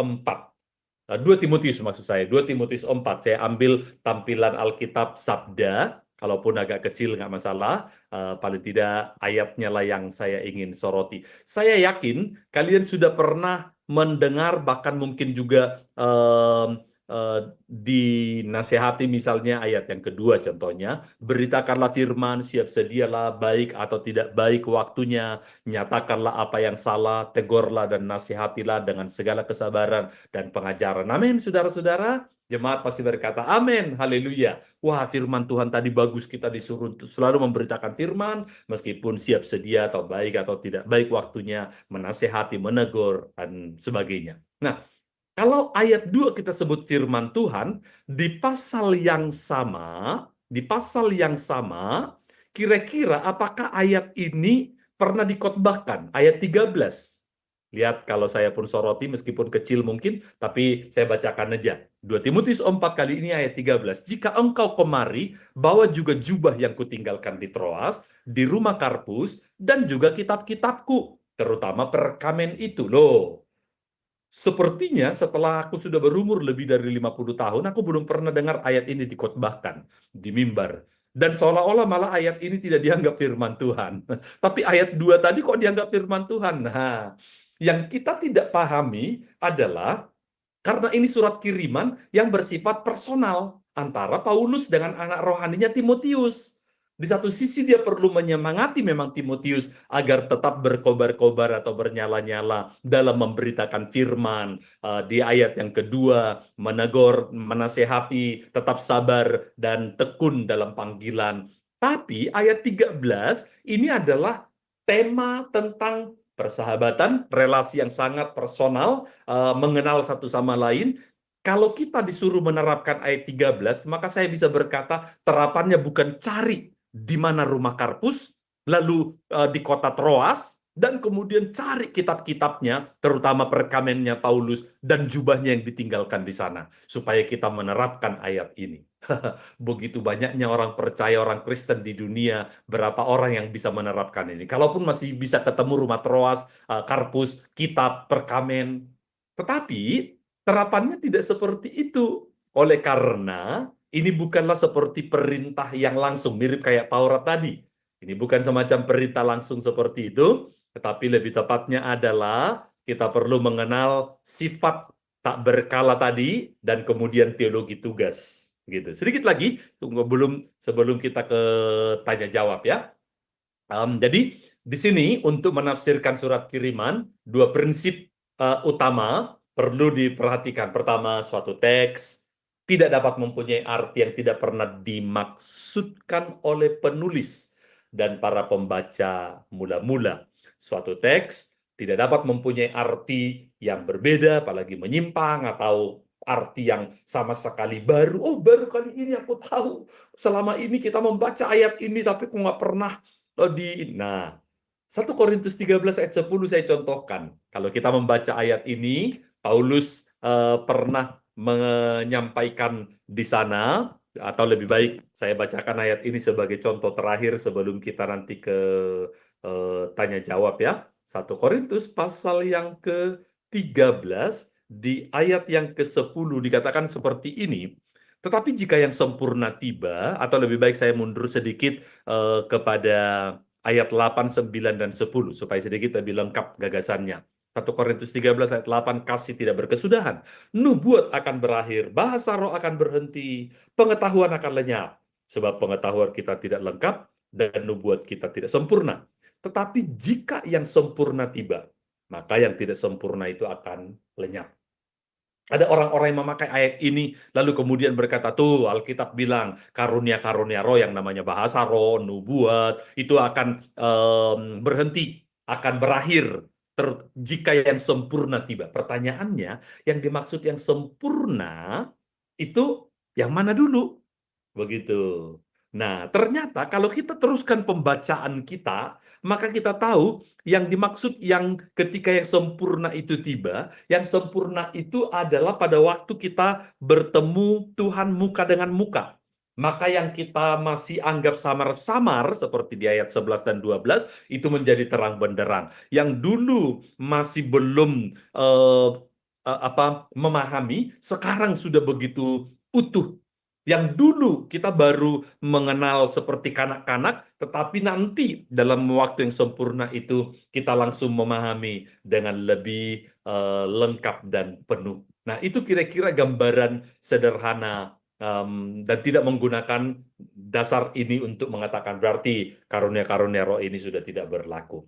Prinsip kedua, kapan saja kita mengalami fakta-fakta yang sebanding dengan keadaan abad pertama, maka firman Allah kepada kita adalah sama dengan firman-Nya kepada mereka. Nah, jadi kalau faktanya sebanding, saya contohkan mungkin ada yang masih mengingat kepada Timotius, Paulus pernah memberi nasihat, jangan seorang pun menganggap engkau rendah karena engkau muda, tapi jadilah teladan dalam perkataanmu, tingkah laku, dalam kasih, dalam kesetiaan, dan dalam kesucianmu. Tetapi kita mungkin berkata, kan itu untuk Timotius, ya. Tetapi sering sekali kita mengalami fakta yang sebanding dengan Timotius. Masih muda atau terbatas dalam pendidikan, pengetahuan, terbatas dalam dana, terbatas menghadapi orang-orang yang penting yang dulu dimenangkan oleh Paulus, orang-orang hebat, orang cerdas, orang-orang berada. Lalu kemudian digantikanlah tugas gembala oleh Timotius yang masih muda, yang minderan ini, yang introvert ini. Lalu dia merasa jadi sering sakit perut, makanya dia juga dinasihati oleh Paulus kan, jangan minum air saja, minumlah anggur sedikit karena pencernaanmu terganggu. Karena dia orang yang memang gugupan, nervous.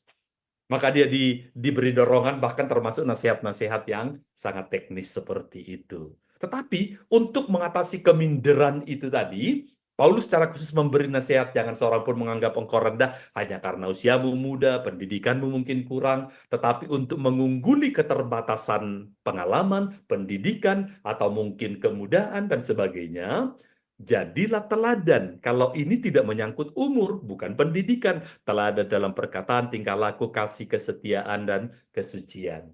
Kamu bisa lebih unggul dari orang yang bergelar doktor sekalipun, dan itulah yang membuat mereka akan respect kepadamu, meskipun engkau muda, tapi orangnya jos. Nah, begitulah kita juga akan melihat ayat ini sebagai firman Tuhan untuk menguatkan bagi kita yang mungkin merasa minder seperti Timotius. Tetapi untuk seperti membawa jubah perkamen di rumah Karpus yang di Troas, itu personal banget. Apalagi zaman sudah berubah, berbeda, dan itu khususnya untuk Paulus secara fisik yang memang di penjara, kedinginan, dan tidak tahu mengerjakan apa di penjara. Disuruhlah bawa kitab, jubahnya menghangatkan, lalu kemudian apa dan sebagainya. Jadi disinilah kita kalau memahami ini surat kiriman, ada level di personalnya, tapi ada kemudian kita lihat ada seperti kebenaran-kebenaran, contoh keteladanan yang bisa kita ambil untuk orang percaya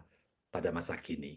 Nah, itulah 3 contoh saja dari jenis sastra. Apabila kita pahami naturnya, akan menolong kita juga untuk mengambil prinsip-prinsipnya dan kemudian membawa kepada terapannya. Baik, itu dulu yang saya bisa sampaikan. Untuk nanti bisa apabila ada pertanyaan-pertanyaan yang mungkin ada dari rekan-rekan baik yang ada di Zoom atau di YouTube, boleh mengajukan pertanyaan. Ibu Ali, Ya, ya silakan. baik. Terima kasih Pak Hudus. Luar biasa ya Pak pemaparannya. Wah, saya bertambah lagi nih Pak pengertiannya. Terima kasih Pak Hudus ya. Baik Bapak Ibu, kita akan masuk pada sesi tanya jawab dan diskusi. Tapi sebelumnya terlebih dahulu saya akan membacakan acara-acara Sema Adonai ke depannya ya Bapak Ibu. Ya, sebentar. Ya, baik Bapak Ibu, setelah kelas ini masih ada kelas lanjutan ya di Sema Adonai Bapak Ibu, yaitu di jam 21.00 waktu Indonesia Barat. Dan kita seperti biasa di kelas hari Sabtu jam 21 ini kita akan belajar tentang materi bahasa Ibrani. Dan ini sudah masuk sesi yang ke-12. Kita akan belajar tentang temanya Hebrew Words Patterns yang akan dibawakan oleh narasumber kami seperti biasa adalah Pak Evangelis Erikson Ritonga BTH dan moderatornya adalah Bro Agus. Selanjutnya besok di hari Minggu 1 September 2024 di jam 19.00 waktu Indonesia Barat, seperti biasa di Sema Adonai akan ada ibadah online ya Bapak Ibu, dan ibadah online kita ini akan dipimpin oleh Ibu Heni, dan yang akan memimpin lagu pujiannya adalah Ibu Lisa. Dan untuk tema ibadah online kita adalah jemaat yang menjadi kesaksian.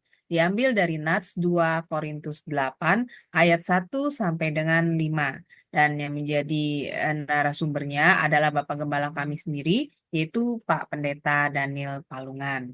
Baik, selanjutnya ini adalah renungan pagi Sema Adonai yang diadakan setiap hari dari hari Senin sampai dengan Sabtu, dimulai dari jam 5.30 pagi dan dilayani oleh hamba-hamba Tuhan yang sangat memberkati. Jadi Bapak Ibu sekalian, untuk renungan pagi Sema Adonai, kemudian renungan pagi dari Bapak Gembala kami sendiri, yaitu Pak Pendeta Daniel Palungan, yang diadakan setiap hari Jumat 1 kali dalam seminggu, dan juga ibadah online Sema Adonai hanya Bapak Ibu dapat ikuti lewat channel C Firman. Jadi ketiga program Sema Adonai tersebut tidak di-live-kan di channel-channel lain ya Bapak Ibu. Oleh karena itu bagi Bapak Ibu yang belum mensubscribe channel baru kami, channel C Firman, tolong subscribe channel YouTube baru kami. Sehingga Bapak Ibu bisa mengikuti keseluruhan acara-acara Sema Adonai, terutama yang tidak di-live-kan di channel-channel lain. Dan juga tolong bantu share ya Bapak Ibu channel C Firman ini kepada yang lain. Sehingga juga semakin banyak orang yang bisa mengikuti keseluruhan acara-acara Sema Adonai lewat channel C Firman. Dengan begitu Bapak Ibu telah membantu channel kami, channel C Firman untuk menjadi lebih berkembang dan menjadi berkat lagi bagi banyak orang. Terima kasih Bapak Ibu atas perhatiannya. Sekarang kita akan masuk pada sesi tanya jawab dan diskusi. Tapi bagi Bapak Ibu yang ingin bertanya harap present terlebih dahulu ya. Jadi nanti akan dibuka mic-nya oleh para operator kami. Ya, baik. Terima kasih Pak Hudus untuk pemaparan materinya. Luar biasa ya Pak. Saya jadi mengerti ternyata dalam penafsiran firman Tuhan itu memang ada cara-caranya ya Pak ya. Maksudnya ada tekniknya gitu. Enggak sembarangan kayak tadi kan Bapak bilang yang pertama itu kan pemaparan dari penafsiran dari firman Tuhan itu kan berdasarkan pertama ini adalah ini ya Taurat ya, berdasarkan kitab Taurat. Nah, ini memang kalau dilihat dari zaman ketika Perjanjian Lama ya Pak, itu banyak hal-hal yang memang yang diterapkan Taurat itu memang tidak bisa diterapkan pada keadaan kondisi di zaman sekarang ya Pak. Ada hal-hal yang memang harus kita pahami gitu. Jadi kalau saya sih nangkepnya Pak dari pemaparan Bapak berarti kita menafsirkan Alkitab itu nggak boleh seenak kita ya Pak, sembarangan gitu. Jadi kita harus melihat seperti yang Bapak dulu bilang latar belakang budayanya, terus bagaimana masyarakatnya. Nah, terus banyak hal yang lain ya Pak, ya, misalnya geografinya. Nah, tapi kalau saya lihat sekarang Pak, banyak ya Pak yang kalau saya lihat dalam terutama berkhotbah ya Pak, itu saya melihat banyak yang menafsirkan itu tidak sesuai dengan teksnya ya Pak. Nah ini kenapa bisa terjadi ya Pak Kudus? Kan sebenarnya kan sudah ada polanya ya Pak. Maksudnya dari cara menafsirkan Alkitab itu tadi seperti bagaimana menafsirkan Taurat, lalu kemudian bagaimana menafsirkan narasi. Nah narasi itu juga tadi Bapak kan ada menceritakan bahwa tidak bisa dipakai narasi itu kayak yang Bapak cerita tadi loh tentang Daud yang memakai 5 batu, nah batu 1, 2, 3 itu ada maknanya. Padahal kan sebenarnya di Alkitab itu tidak dijelaskan ya Pak itu batunya yang pertama apa, kedua apa. Nah ini bagaimana Pak bisa terjadi hal seperti ini Pak? Iya, penafsiran yang salah seperti ini. Iya, silakan Pak Udus.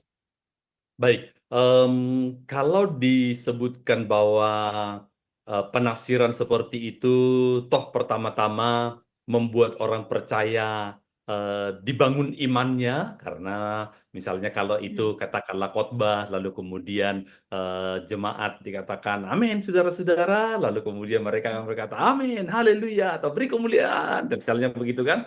Tetapi walaupun di satu sisi ada pelajaran atau katakanlah niat yang mulia dari seorang pengkhotbah untuk memberi dorongan, motivasi atau contoh dengan mengambil ayat tertentu, tidak jarang cara seperti ini akan berbenturan dengan ayat yang lain atau bagian teks yang lain yang karena ini adalah pengertian yang terlalu dipaksakan.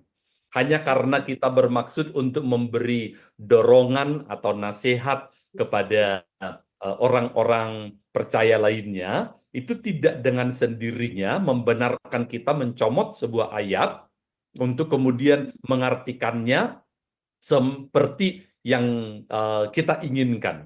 Misalnya tadi kalau saya contohkan dari narasi lah, ketika Daud misalnya membawa 5 batu itu memang dicatat dalam Alkitab. Tetapi kemudian diartikan batu pertama itu apa, batu kedua apa. Katakanlah kalau saya contohkan batu pertama iman, batu kedua itu doa, batu ketiga itu adalah kesetiaan, entah apa lagi. Berarti ketika Daud menjatuhkan Goliat dengan batu pertama, dan kalau tadi diartikan batu pertama itu adalah iman, berarti yang perlu hanya satu, yaitu iman. Nggak perlu lagi doa, nggak perlu kesetiaan, nggak perlu lagi pengabdian, nggak perlu lagi, karena hanya satu batu sudah menjatuhkan.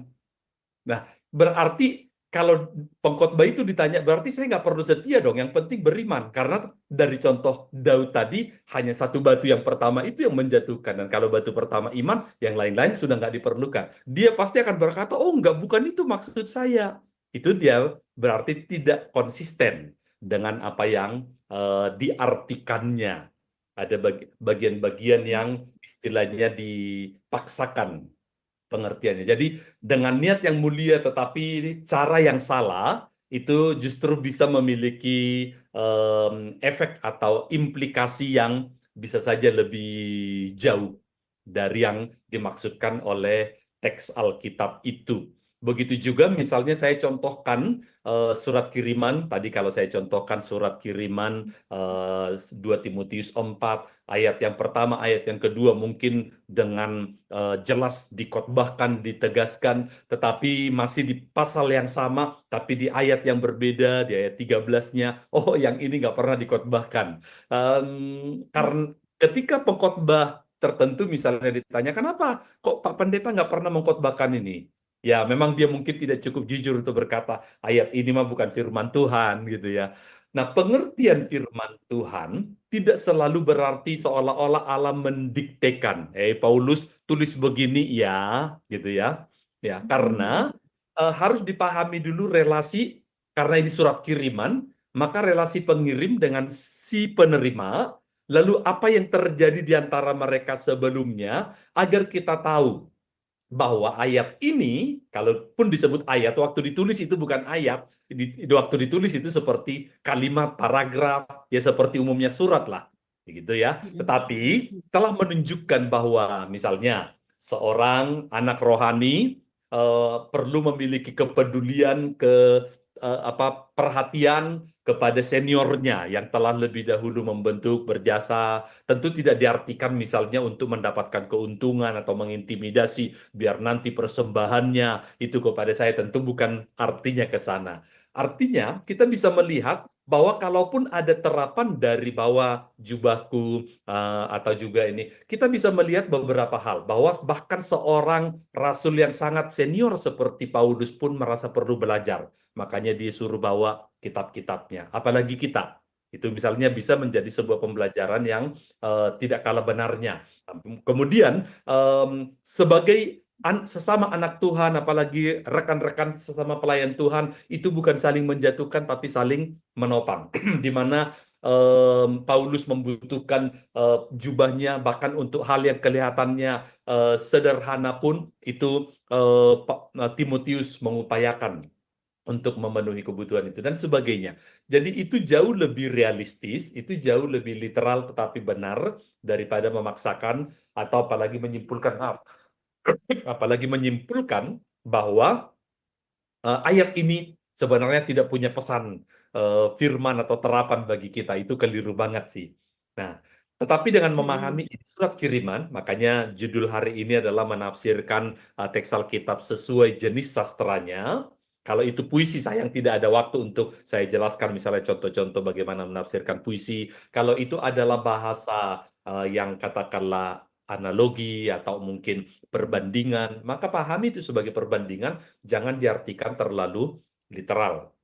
Pada waktu Daud misalnya pernah berkata, pada mulut bayi-bayi telah kau taruh kekuatan untuk membungkam lawan. Itu di Mazmur 8 kalau tidak salah. Misalnya, saya pernah mendengar ada pengkhotbah yang mengartikan tuh bahasa roh. Bahasa roh itu bahkan ditaruh dalam mulut bayi-bayi karena dia punya kekuatan untuk membungkam lawan. Tapi kita orang tua telah mengajari bayi kita dengan bahasa Indonesia atau bahasa apa, sehingga bahasa roh yang asli itu telah menjadi hilang. Ini kacau sekali penafsiran seperti ini. Iya, Hanya Pak. karena ada kekuatan pada mulut bayi-bayi itu jangan diartikan literal, itu puisi. Yang paling lemah yaitu bayi, yang paling nggak bisa bicara, tetapi Tuhan bisa pakai untuk menjadi kekuatan yang membungkam kekuatan musuh yang mungkin ditakuti, dikhawatirkan kalau Allah yang bekerja. Itu pokok utamanya kan di situ. Tapi kalau diartikan itu bahasa roh, berarti bahasa roh itu sudah ada pada setiap bayi yang lahir. Maka jangan ajari anakmu bahasa Indonesia, biar bahasa roh terus sampai gede.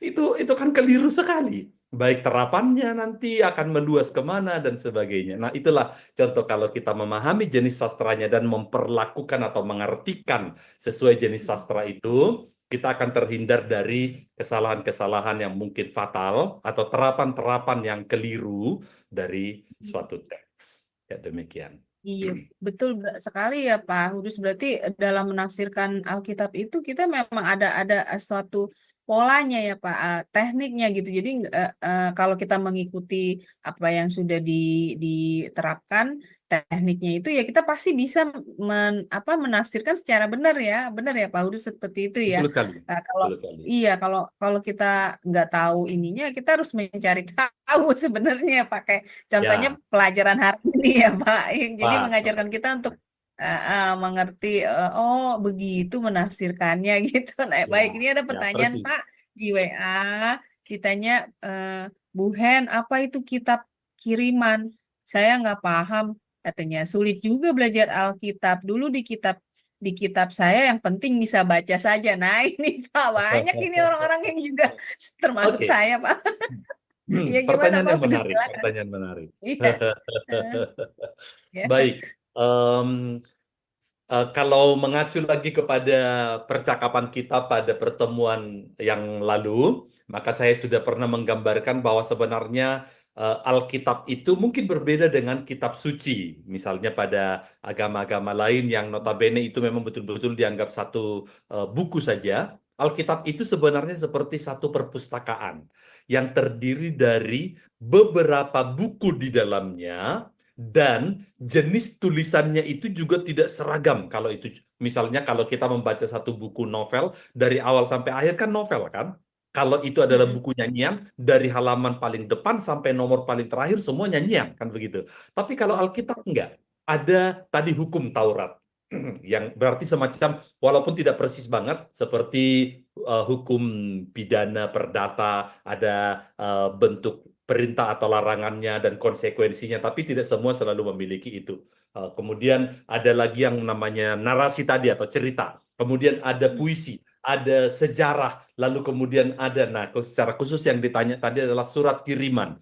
Yang di dalam perjanjian baru, ketika Rasul Paulus melihat ada kebutuhan, baik itu di jemaat, misalnya jemaat Korintus, atau jemaat Filipi, Galatia, maka sebagai seorang yang senior, sebagai rasul yang peduli kepada keberlanjutan hidup orang percaya, dia lalu menulis surat.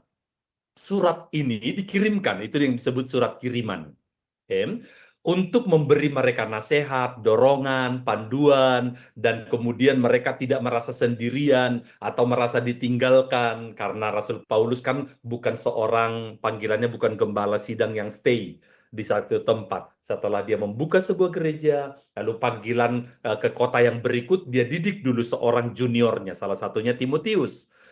Kemudian setelah dia bekali, Timotius melanjutkan, Paulus lalu melanjutkan ke kota berikutnya. Tapi kalau ada masalah, rupanya Timotius misalnya merasa minder. Aduh, saya nggak tahu mengatasi ini. Lalu kemudian dikirimlah surat ke Paulus atau dikirim utusan. Tolong bantu kami. Maka Paulus membalas, mengirimkan surat kiriman itu. Maka kalau kita membaca misalnya surat kiriman Paulus kepada jemaat di Korintus, begitulah judulnya kan? Nah, itulah yang sebenarnya kita maksudkan. Loh, kan itu berarti hanya untuk orang Korintus. Kalau itu Korintus, itu berarti hanya untuk orang Efesus.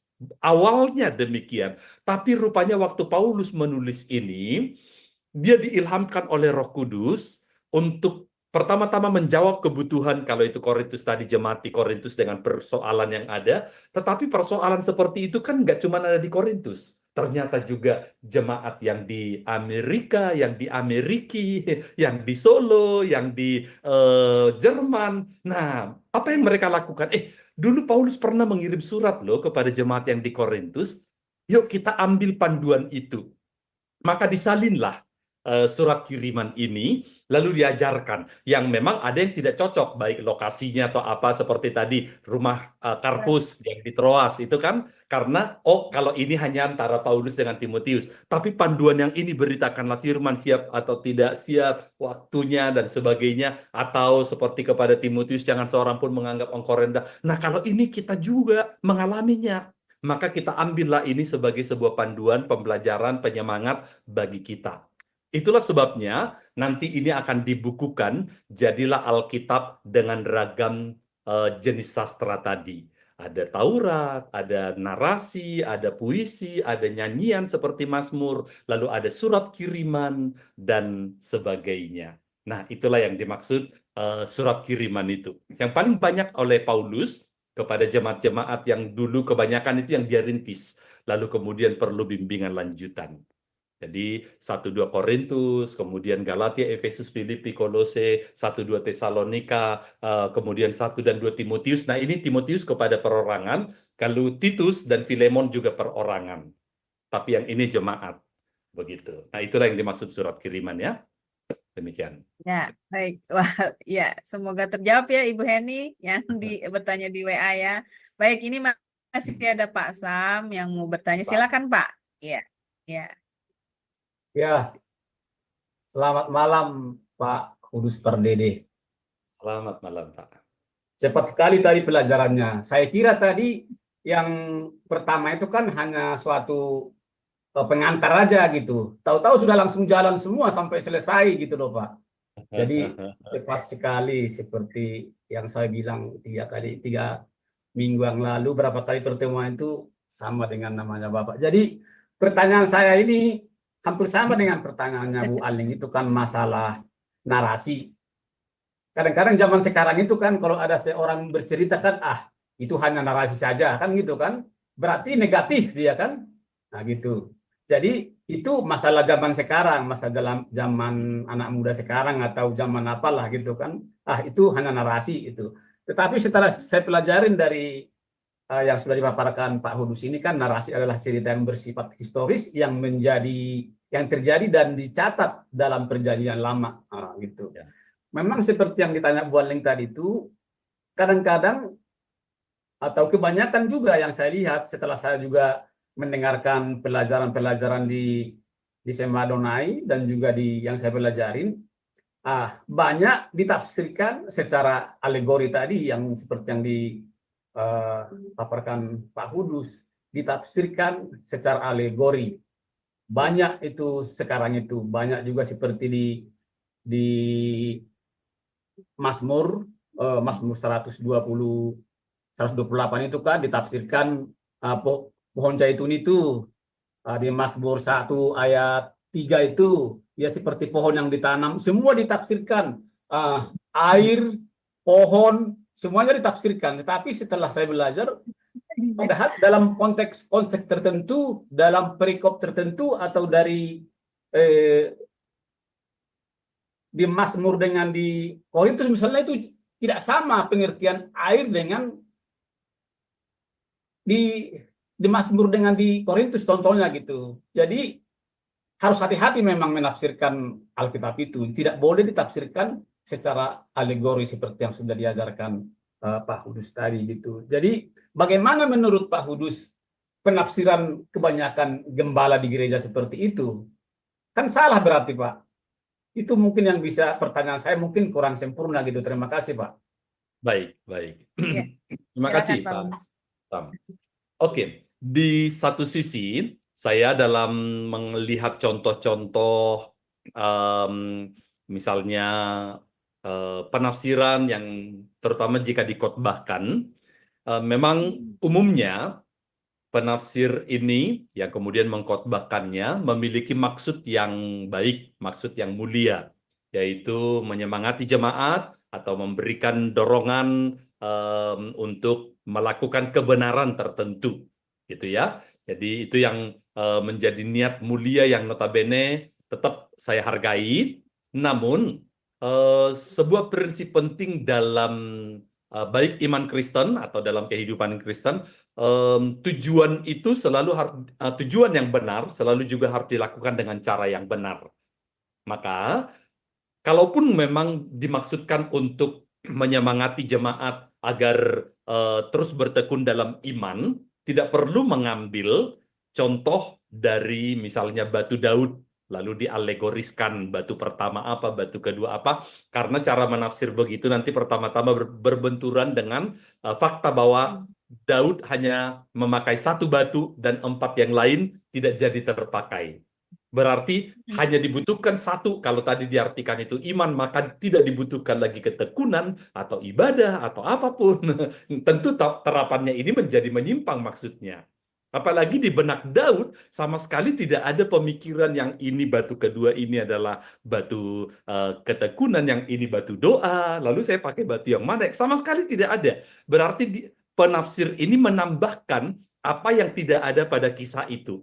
Apa yang tidak ada pada benak penulis kitab itu, dan bagaimana orang Israel, ingat pada waktu perkelahian misalnya Daud dengan Goliat, kan orang Israel juga waktu itu menonton, cuman memang tidak ada yang berani menghadapi Goliat karena tahu dirinya bakal kalah sebab tantangannya itu adalah 1 lawan 1. Orang Israel pun tidak akan membuat dugaan bahwa ketika Daud membawa 5 batu, batu pertama artinya apa, batu kedua, sama sekali tidak. Berarti itu arti yang sama sekali asing dalam kisah itu. Berarti itu adalah cara menafsirkan yang tidak tepat. Dan kemudian juga kita perhatikan cara menafsir seperti ini, lepas dari tujuannya tadi saya sudah akui, mungkin mulia memang, maksudnya baik, tetapi itu akan berbeda tafsir lagi antara Anda, Pak Siagian, dengan saya. Karena kalau menurut Pak Siagian 5 daftar batu itu adalah A, B, C, D, E, kalau menurut saya adalah F, G, J, H, I, dan sebagainya. Lalu ketika nanti Ibu Heni akan menafsirkan apa arti 5 batu, daftarnya pasti berbeda lagi. Lalu pertanyaannya lah, kalau begitu tafsiran siapa yang tepat? Antara Pak Siagian, tafsir saya, dengan tafsir Ibu Heni misalnya. Pasti akan masing-masing punya daftar tersendiri. Jawabannya sebenarnya tidak boleh diartikan melebihi atau melampaui, apalagi menyimpang dari maksud kisah itu. Maksud kisah itu tidaklah membuat perwakilan batu pertama artinya apa, batu kedua artinya apa, tetapi lebih kepada Daud yang memang membuat pernyataan, engkau pikir engkau menang karena engkau ahli berperang, karena engkau punya persenjataan pedang dan lembing, karena itu yang disebutkan. Engkau mendatangi aku dengan lembing dan pedang, tetapi aku mendatangi engkau dengan nama Tuhan yang engkau hina itu. Dan berarti jelas sekali di benaknya Daud, sebenarnya ini bukan pertarungan antara Daud melawan Goliat, tetapi antara Yahweh dengan Goliat. Ya. Dan apabila yang berhadapan itu adalah Yahweh dengan Goliat, kira-kira siapa yang menang? Karena Daud telah mengenal Yahweh yang maha besar, maha kuat, maha semuanya itu tadi, maka Goliat itu nggak ada apa-apanya. Itulah yang membuat Daud tidak memiliki rasa takut walaupun dia masih sangat muda, bukan orang yang bisa mengenakan persenjataan yang dia ditawarkan oleh Saul dan sebagainya. Karena ini pertarungan antara Yahweh dengan Goliat. Dan dia sangat yakin dari pengalaman yang telah dia alami sebelumnya, pernah menghadapi singa atau beruang, dia bilang. Tetapi kalau menghadapi Goliat, maka Yahweh nggak akan punya kesulitan. Begitu peperangan dimulai, dia langsung KO, dan betul terjadi demikian.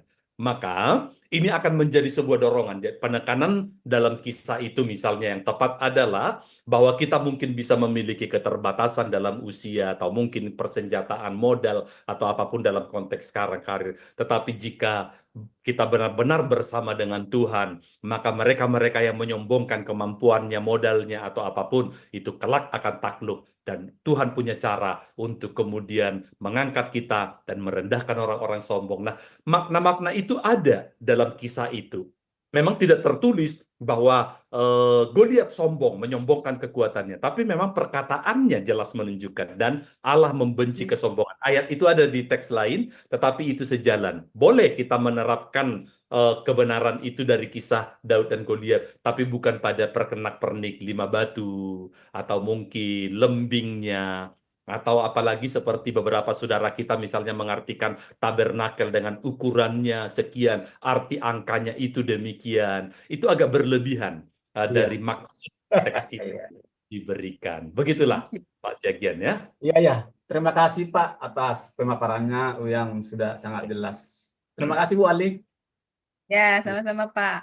Berarti kita memang kalau menafsirkan itu harus benar-benar mengerti maksud penulisnya berarti ya Pak. Apa maksud dari dia tulis itu apa gitu ya. Ya baik Bu Heni, bagaimana Ibu Heni tanggapannya Bu?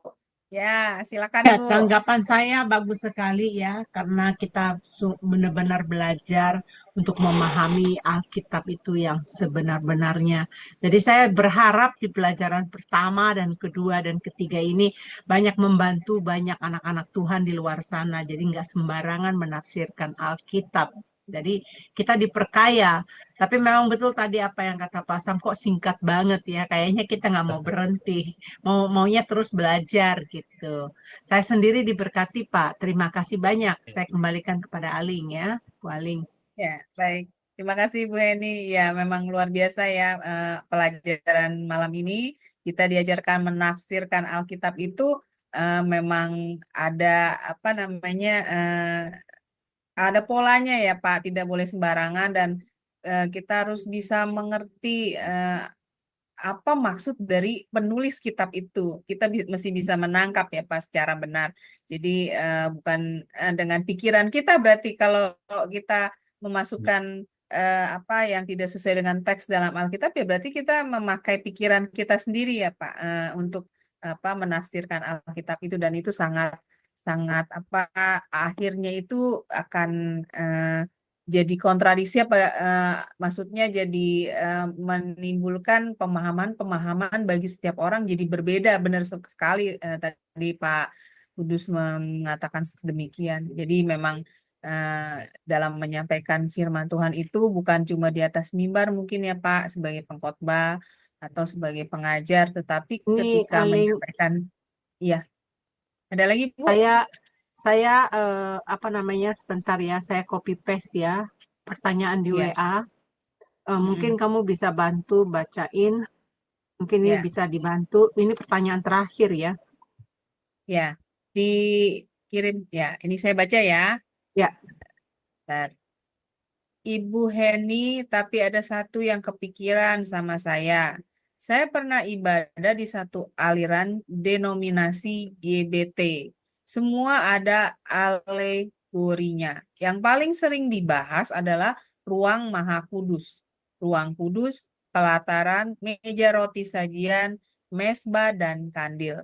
Pokoknya yang berkaitan dengan tabernakel dan kemah suci dikaitkan dengan ketiga pribadi Tuhan, Allah Bapa, Allah Anak, dan Allah Roh Kudus. Itu masuk dalam doktrin mereka yang saya tahu. Nah, itu Pak. Jadi bagaimana Pak Iya, Kudus? dia minta dijelaskan itu. Baik. Kenapa selalu sekali itu lagi, dibahas itu? baik. Sekali lagi saya tetap menyampaikan apresiasi saya dengan terhadap rekan-rekan hamba Tuhan di lingkungan gereja-gereja tabernakel, karena yang tabernakel itu selain gereja Betel tabernakel ada lagi Pentakosta tabernakel, ada juga kemah tabernakel, baik yang pakai nama tabernakel atau yang menerapkan sistem penafsiran tabernakel, kabar mempelai dan sebagainya ya. Itu punya kemiripan, yaitu baik benda ukuran, angka, atau jabatan, misalnya imam atau apa, itu semua punya makna-makna rohani. Dalam penafsiran itu yang disebut tadi, dan saya pakai kata itu di PowerPoint, yaitu alegori. Alegori itu memberi makna rohani pada tadi wujud benda, kata, atau jabatan orang, nama, dan sebagainya, yang tidak ada pada teks. Jadi makna itu tidak ada pada teks, tapi ditambahkan oleh penafsir.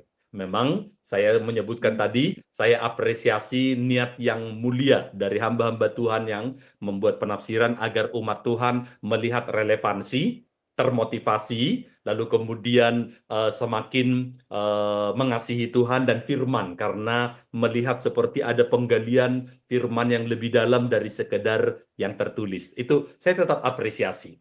Namun, saya juga telah menyampaikan sisi keterbatasan apalagi kelemahannya.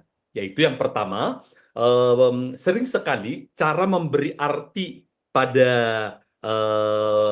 arti rohani pada angka, benda, jabatan, atau mungkin apapun, nama orang dan sebagainya, ukuran dan segala macamnya, itu berbeda antara satu teks dengan teks yang lain. Ular, biasanya kita memang langsung mengingat kalau ular itu ya iblis, karena di Kejadian 3 iblis ini, lalu kemudian di Wahyu misalnya ular, tapi dispesifikkan lagi ular naga. Tetapi jangan lupa, ular pernah juga dipakai sebagai simbolisasi dari Yesus Kristus. Di Yohanes 3 ketika disebut sama seperti Musa meninggikan ular tembaga, supaya semua orang yang melihat ular tembaga itu menjadi yang percaya, diselamatkan atau tidak binasa. Masih ingat kan contoh itu? Nah, kalau begitu apakah iblis dengan Yesus itu artinya sama? Atau naturnya sama? Jawabannya tidak. Aspek yang berbeda. Ular dalam teks tertentu mewakili sebuah kutuk, atau pada bagian lain itu adalah kelicikannya, pada bagian lain seperti ular naga itu adalah kekuatannya yang besar. Di Kejadian 3 itu mengenai kelicikannya, dan itulah sifat dari iblis memperdaya. Tetapi pada waktu Yesus digambarkan dengan seperti ular tembaga, itu seperti ular yang menanggung sekarang kutuk, karena yang tadinya kita yang kena kutuk, tapi kemudian ular itulah yang mengambil itu atas dirinya dan sebagainya. Dan kemudian naga pada kitab Wahyu, kekuatan yang begitu besar tapi kalah melawan domba. Itu adalah bahasa simbolisasi. Anak domba Allah itu Yesus Kristus, naga itu adalah iblis. Meskipun menurut pandangan dunia, naga atau ular atau iblis itu memang paling mungkin yang akan menang, tetapi kisah sejarah dunia kelak membuktikan Kristuslah yang akan menang. Nah, itu masing-masing punya penggambaran. Api juga begitu. Api itu bisa neraka, tetapi api juga adalah lambang Roh Kudus, tergantung aspek mananya. Nah, ini bisa disalahartikan hanya karena ada satu contoh yang seperti terkait, lalu dipaksakan pada teks yang melampaui maksudnya. Padahal api di contoh tertentu memang melambangkan penyiksaan seperti neraka, tapi api pada contoh lain itu adalah seperti semangat, api yang bernyala-nyala. Nah, nggak mungkin bisa disamakan. Nah, ini berarti harus benar-benar paham setiap teks, jangan memaksakan satu arti. 7 artinya sempurna, misalnya pada penafsiran tertentu. Lalu anak-anak Skewa ada 7, kalau ingat kisah para rasul. Tapi anak Skewa ini digagahi, dipermainkan oleh iblis, ditelanjangi, dan kemudian terbirit-birit dengan cara yang dipermalukan. Di mananya sempurnanya? Angka 7 di situ betul-betul 7 aja. Kebetulan mereka 7 bersaudara, tapi tidak punya relasi dengan Yesus Kristus, mengusir setan, bukan karena kenal Kristus, tetapi hanya untuk pamer. Dalam nama Yesus yang diberitakan Paulus, keluar kau iblis. Itu harus dipahami, tidak ada kata sempurna pada 7 itu. Demikian juga dengan yang lain-lain. Jadi kelemahannya adalah memaksakan sebuah arti kepada sebuah ayat yang tidak ada pada ayat itu. Dan kemudian yang kedua, sering berbenturan dengan teks lain. Dan yang ketiga, pasti akan membuat perbedaan antara penafsir yang satu dengan yang kedua dan yang ketiga. Sebab setiap orang boleh memakai arti yang menurut dia. Bukan lagi menurut arti teks itu, tapi menurut saya. Kadang-kadang ditambahi dengan karena aku sudah 2 puasa dan Roh Kudus menyingkapkan kepadaku tadi malam. Karena tidak mampu membuat dasar penafsiran yang baik, lalu meminjam otoritas Roh Kudus yang berbicara tadi malam. Jadi tafsirannya itu, saya ngomong berterus terang, seorang ketua sinode dari lingkup Tabernakel, saya tidak perlu sebut denominasi yang mana, berbincang dengan saya, itu pandangannya adalah menyalahkan tafsir-tafsir dari Tabernakel yang lain. Oh, itu sesat, itu keliru itu. Tabernakel yang itu, waduh, itu nggak dengar suara Roh Kudus itu. Aku yang dengar langsung dari Tuhan. Nah, klaimnya itu menjadi tahu sebuah tafsir, tapi menjadi sombong rohani. Yang lain itu cuman Kristen pekarangan. Kamilah ruang maha suci seperti yang dicontoh-contohkan tadi, itu makna rohani yang seharusnya membuat kita yang makin mengenal Tuhan jadi rendah hati, malah yang dihasilkan itu menjadi sombong rohani. Berarti kan sudah menyimpang dari maksud semula ketika Tuhan menyampaikan firman ini. Nah, itulah dampak-dampak negatifnya. Saya tetap hargai yang positif, seperti yang saya sebutkan tadi, dari maksud dari hamba Tuhan, tetapi maksud yang baik tetap harus didukung dengan cara yang baik. Itu adalah prinsip yang Alkitabiah. Begitu. Ya, baik, luar biasa. Wah, terima kasih Pak Hudus untuk pencerahannya Pak ya, pemaparannya, materinya sangat memberkati kami semua.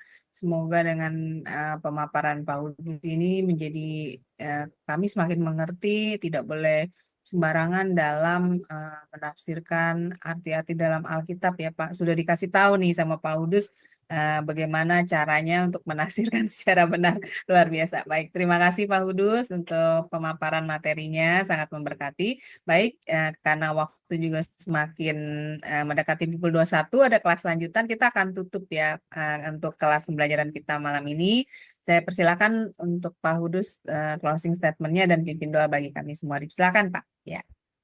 Baik, di satu sisi kita memang perlu menyadari betapa kita terbatas untuk menafsirkan ayat-ayat firman, terutama yang memang membutuhkan skill tambahan dari sekedar bisa membaca. Tidak sedikit memang ayat-ayat yang sekali baca kita langsung bisa menangkap dan mungkin menerapkannya, mengucap syukur dalam segala hal, karena itulah yang dikehendaki oleh Allah dalam Kristus Yesus. Rasanya tidak sulit menafsirkan ayat ini. Tapi juga ada ayat-ayat yang apabila tidak dipahami dengan cara yang tepat, mungkin itu bisa membawa kepada terapan yang tidak tepat. Disinilah kita perlu kecermatan, belajar lebih banyak atau bertanya kepada orang yang memang telah belajar dengan baik dan menghabiskan cukup banyak waktu berjeri lelah untuk kemudian mendapatkan makna firman dan membagikannya dengan murah hati kepada sesama anak-anak Tuhan. Namun, kalaupun kita adalah orang-orang yang terbatas, baik terbatas oleh karena skill, pendidikan, atau mungkin pengetahuan dan sebagainya, ingatlah bahwa ada Roh Kudus yang telah mengilhamkan kitab suci ini waktu ditulis, tetapi juga yang masih menuntun kita orang percaya kepada kebenaran. Dalam semua keterbatasan itu, apabila kita meminta Roh Kudus, tuntunlah aku biar aku memahami firman ini dan dapat menerapkannya dengan baik, maka Roh Kudus yang murah hati, yang selalu ingin memimpin kepada kebenaran, pasti membukakan pemahaman dan kita tidak akan terlalu khawatir, sesat atau keliru dan sebagainya. Maka selalulah terbuka juga kepada pimpinan Roh Kudus, selain berusaha untuk belajar seperti pada malam hari ini, dan lebih dari situ, Tuhan tidak akan membiarkan umatnya dengan begitu saja disesatkan, kecuali memang niat kita untuk menyesatkan atau tidak mau belajar. Nah, itu pastilah motivasi yang sangat rendah. Itu kira-kira kalau kita memiliki semangat mencintai firman, maka kita akan mau belajar, kita akan mau bertanya, dan kita akan mau terbuka kepada tuntunan Roh Kudus, kepada pemahaman dan penerapan yang baik dari firman itu. Ya, kira-kira itulah yang menjadi saran terbaik saya dalam meng-closing sesi tentang memahami, menggali firman Tuhan dengan benar. Apakah sekaligus memimpin doa? Ya, langsung Pak. Ya, silakan.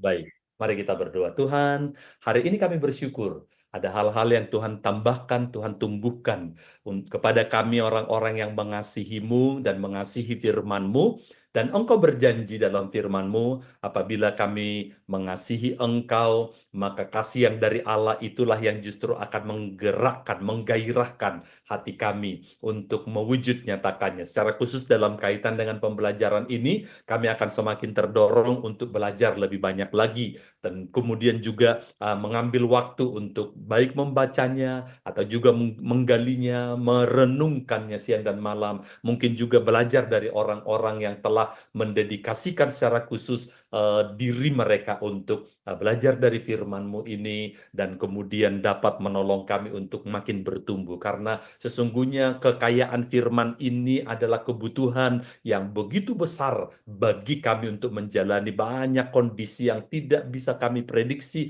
yang tidak bisa kami mungkin bisa duga, tetapi karena firman-Mu telah berisi panduan, petunjuk, dan kemudian pembekalan yang kami butuhkan sewaktu-waktu, kami akan berkomitmen untuk menjadi pembelajar yang baik dari firman-Mu sebagai murid Kristus. Dan kiranya Tuhan akan menolong kami oleh Roh Kudus-Mu yang selalu hadir juga untuk menuntun kami kepada segala kebenaran. Beri kami kepekaan untuk mendapatkan kebenaran itu, dan ketaatan, kerelaan untuk menuruti apa yang sesungguhnya Tuhan mau. Karena persoalan terbesarnya sesungguhnya bukanlah apakah kami memahami firman ini, tapi sebanyak yang kami pahami, apakah kami telah melakukannya dengan setia. Kiranya kami akan menjadi murid yang setia. Ketika tahu kebenaran, kami akan menghidupinya. Maka ketika rekan-rekan kami, baik yang hadir di ruang Zoom atau juga yang mengikuti ini di YouTube, dan yang masih akan menyaksikannya pada waktu yang berikut, ada Roh Tuhan yang akan berbicara, berkarya dalam diri mereka seperti kami yang hadir di ruangan virtual ini. Kami akan percayakan sisa waktu kami, baik hari ini dan hari-hari yang berikutnya, dalam tangan pimpinan dan tuntunan-Mu. Kami mohonkan berkat-Mu, Engkau limpahkan atas kami damai sejahtera dari Allah Bapa, kasih setia dari Yesus Kristus, dan persekutuan Roh Kudus menyertai kami senantiasa dari sekarang ini sampai Tuhan datang segera membawa kami dalam kemuliaan yang kekal sampai selama-lamanya. Bersama-sama kita terima berkat ini, katakan amin. Tuhan memberkati. Ya, baik. Terima kasih Pak Hudus, luar biasa untuk pelayanannya Pak bagi kami. Semoga pelayanan Bapak selalu diberkati Tuhan, lebih dan lebih menjadi berkat bagi banyak orang, dan Bapak selalu diberikan kesehatan. Amin. Baik Bapak Amin. Ibu, terima kasih sudah stay bersama kami. Dan masih ada kelas lanjutan ya setelah ini, yaitu di pukul 21, 5 menit lagi ya Bapak Ibu, jadi tetap stay bersama kami. Baik Bapak Ibu sekalian, terima kasih, Tuhan berkati. Shalom, shalom, shalom.